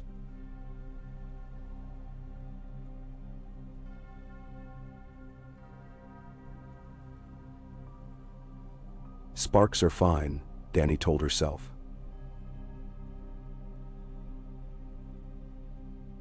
So long as they do not find dry thatch. Grey Worm drilled men in alleys, where laundry hung like surrender and small boys mined the stamping of spear butts, with the seriousness of priests. Daario came and went, sometimes with flowers, and sometimes with blood he pretended to forget to wash away, and sometimes with neither, which was when Dany liked him best. Arstan Selmy, Arstan Whitebeard, the men who did not care to know better, watched quietly, and sometimes his hands shook when the day was too much like a day in a hall far away 5 kings ago. One evening, over a table where bread had been torn, and soups had been ladled, and oil lamps had drawn circles around, he and she and Jorah and Missandei, he told her a story of a tourney, where a boy had watched a prince change the world, and he put in his voice a thing like apology. She knew then who he was, and had known perhaps for months. She did not say it. She gave him a piece of bread, and he took it with careful fingers, and ate with the reverence of a knight receiving a blessing. When the Volantene fleet's prows cut the horizon like a row of new teeth, the city did not scream. It swallowed. There had been time. Benero's chests had bought men and wood. Oar masters from the red ships had taught boatmen whose hands had known only rivers to taste salt. The unsold sons of Meereen, men who had lived on stories or on their father's cruelty, learned, slowly and with much cursing, to bend their backs and pull as if a different future depended on their rhythm. Mokoro set 3 braziers at the river mouth and did not take his hands away from them for a day and a night, and the smoke from them lay upon the water like thought. Kinvara's voice on the wall kept men from looking away when the first glint of bronze came. The trick of voices is not to teach men what to see, but to keep them from closing their eyes. Dany went to the quay with Grey Worm, and Jorah and Skahaz, and Barristan, and Missandei, and Daario, and 2 boys who had once been rats, and were now runners with strings, tied around their ankles for someone to pull if they should fall into the water. She tasted the metal of fear, and liked how honest it was. She set her hand on Drogon's neck. The dragon's heart thudded under scales that had learned the city's sun. He knew ships now. He had practiced with gulls and sails, and the way ropes burn when a dragon kisses them in passing. She had taught him to flame after bread had been counted. He did not always obey. He obeyed more than she had thought a dragon might. Bread first, she said, quiet and crazy as a prayer. Then the sword. Volantis had sent both. The tigers had oars that bit. The elephants had contracts, and a comfort in numbers that made them stupid. The temple had sent zeal in red shirts and hair braided with copper. The docks of Meereen clattered under the weight of choices made months ago. Stone flew. Fire answered. Water climbed where men had not invited it, and dragged boats into places where oars became jokes, and hooks became lessons. The red ships did not move alone. They moved like one thing with many hands. The Unsullied formed squares on quays where rope and blood made the stones a slick sermon. Drogon wrote his name along 3 decks and kept his flame thin and mean. Rhaegal took a mast because he did not like the way it looked at him. Viserion found a sail that had thought to become a wing and made it apologize. There is a moment in any fight when men stop believing in posterity and consider only how to stay alive. Dany watched a man on the third Volantene galley take a breath and become that man. She watched him drop a torch he had been waving like a lit standard, and pick up instead the hand of a boy near him who was never going to be brave. And she saw him pull that boy where water would be his friend and not his judge. She felt, perversely and rightly, hopeful. When it was done enough, that the day recognized itself again, there were bodies. There were wrecks that would be planks tomorrow, and toys for boys the next day, and firewood next week. There were men who would not be counted by anyone because their names were in the wrong book. There were Volantene priests kneeling on Marigny's stone, saying in two competing dialects that God is merciful, and we were wrong, and she is right, and we were right, and she is God. And Dany said no to both, and sent them bread, and told them that if they wished to be useful, there were ovens and sick men and quays to be swept, and laws to be written that would prevent men from starving when summer ended. That night she stood again where the breeze came honest and the city below her made its little sleeping sounds. The harpy was cups. The pits were closed and not, and would be argued about again and again, because some appetites have long memories. The sons of the harpy wore their mother's face and stabbed walls, and sometimes flesh, and always, the future. Bread cooled in rooms where boys once waited to die, and a woman who had come to the ovens every morning for a week without speaking finally asked for work, and was told yes, and began to cry, and could not stop, and then did. The dragons slept in turns, because even hunger knows manners sometimes. You cannot feed all, Quaithe had said. True. Each loaf had its edges, and could be held only so many ways. She had chosen whom to starve, and would choose again. And the choosing would hurt, and would be hers. That, more than anything, made it bearable. Mother, a voice said from the doorway, and it was not a child's, and it was not a supplicant's. It was Grey Worm, and behind him, Missandei with her slate filled and her fingers stained with the day's numbers, and Skahaz, with a head in a sack he did not yet know whether to display, and Dar Rio out of breath with some new irreverence, and Kinvara's red like an ember, refusing to go out, and Barrist and old, and straight and Jorah, tired in the way of dogs who intend to keep watch. They did not bow. It was late. Bowing at that hour would have been a lie. They stood and waited, as men do when the night has many more hours, and the work has many more names. Tomorrow, Dany said, and the word had weight and wings. We will go walk the tunnels where water runs and say thank you to the rats. We will give bread to those who open the gate. We will start taking the lists of those who will be paid and those who will be taught to read. We will write a law that says a man who puts a mask on to kill a child will be shown his face in the square. We will? She stopped and smiled, a small thing that made their fatigue show itself to her because it wanted to be seen. We will sleep. Then we will make bread. No one laughed. It was too true for laughter. They nodded as men nod when a line is tied off well, and the knot holds, and you can trust it a moment while you go take in another. When they had gone, she leaned her head against the stone, and listened to the city breathe, and thought of Quaithe and of Benero, and of the fleet that had come and failed, and of Volantis far upriver sitting with its pride, and making new plans, and of kin who would come with horns and promises, and brothers whose smiles cut the tongue when you tried to pronounce them. Beyond the walls, the Skahazadon went on being itself. Water remembers only its bed and the shape of the shore. Fire remembers hands and mouths and the soft pleas of fat. Bread remembers hunger and the way fingers flatten when they knead and rise when they are allowed to. She would hold all three in her hands if she could, and when she could not, she would not let men tell her she had dropped the wrong one. She went to the pallet a queen uses, when a throne would make her knees stiff by morning. And when she lay down she remembered again the girl who had wanted fruit, and who had been given instead a world of work, and she smiled for that girl and then slept as if a sleep were a kind of prayer the day had finally granted. At false dawn, when the city was in the soft between of a long breath, a faint music rose from somewhere beyond the river. Pipes thin and persistent, like a thought that will not leave. Missandei would tell her later it was the tune mothers sang for daughters in Meereen when they braided their hair. For the moment, the music was only a line drawn out in cool air. Drogon shifted, the slope of his spine against the light, like a mountain thinking. Dany opened her eyes to the pale promise of morning, and in that precise hour when the world resets its ledger and decides not to use it to bludgeon you, she believed in ovens more than she had the night before. She believed in water's memory and fire's obedience when it was asked firmly, and in the way men become different creatures when they are fed. "Bread," she said to the light, a word that was vow and weapon and mercy and law. "Bread first, then the sword."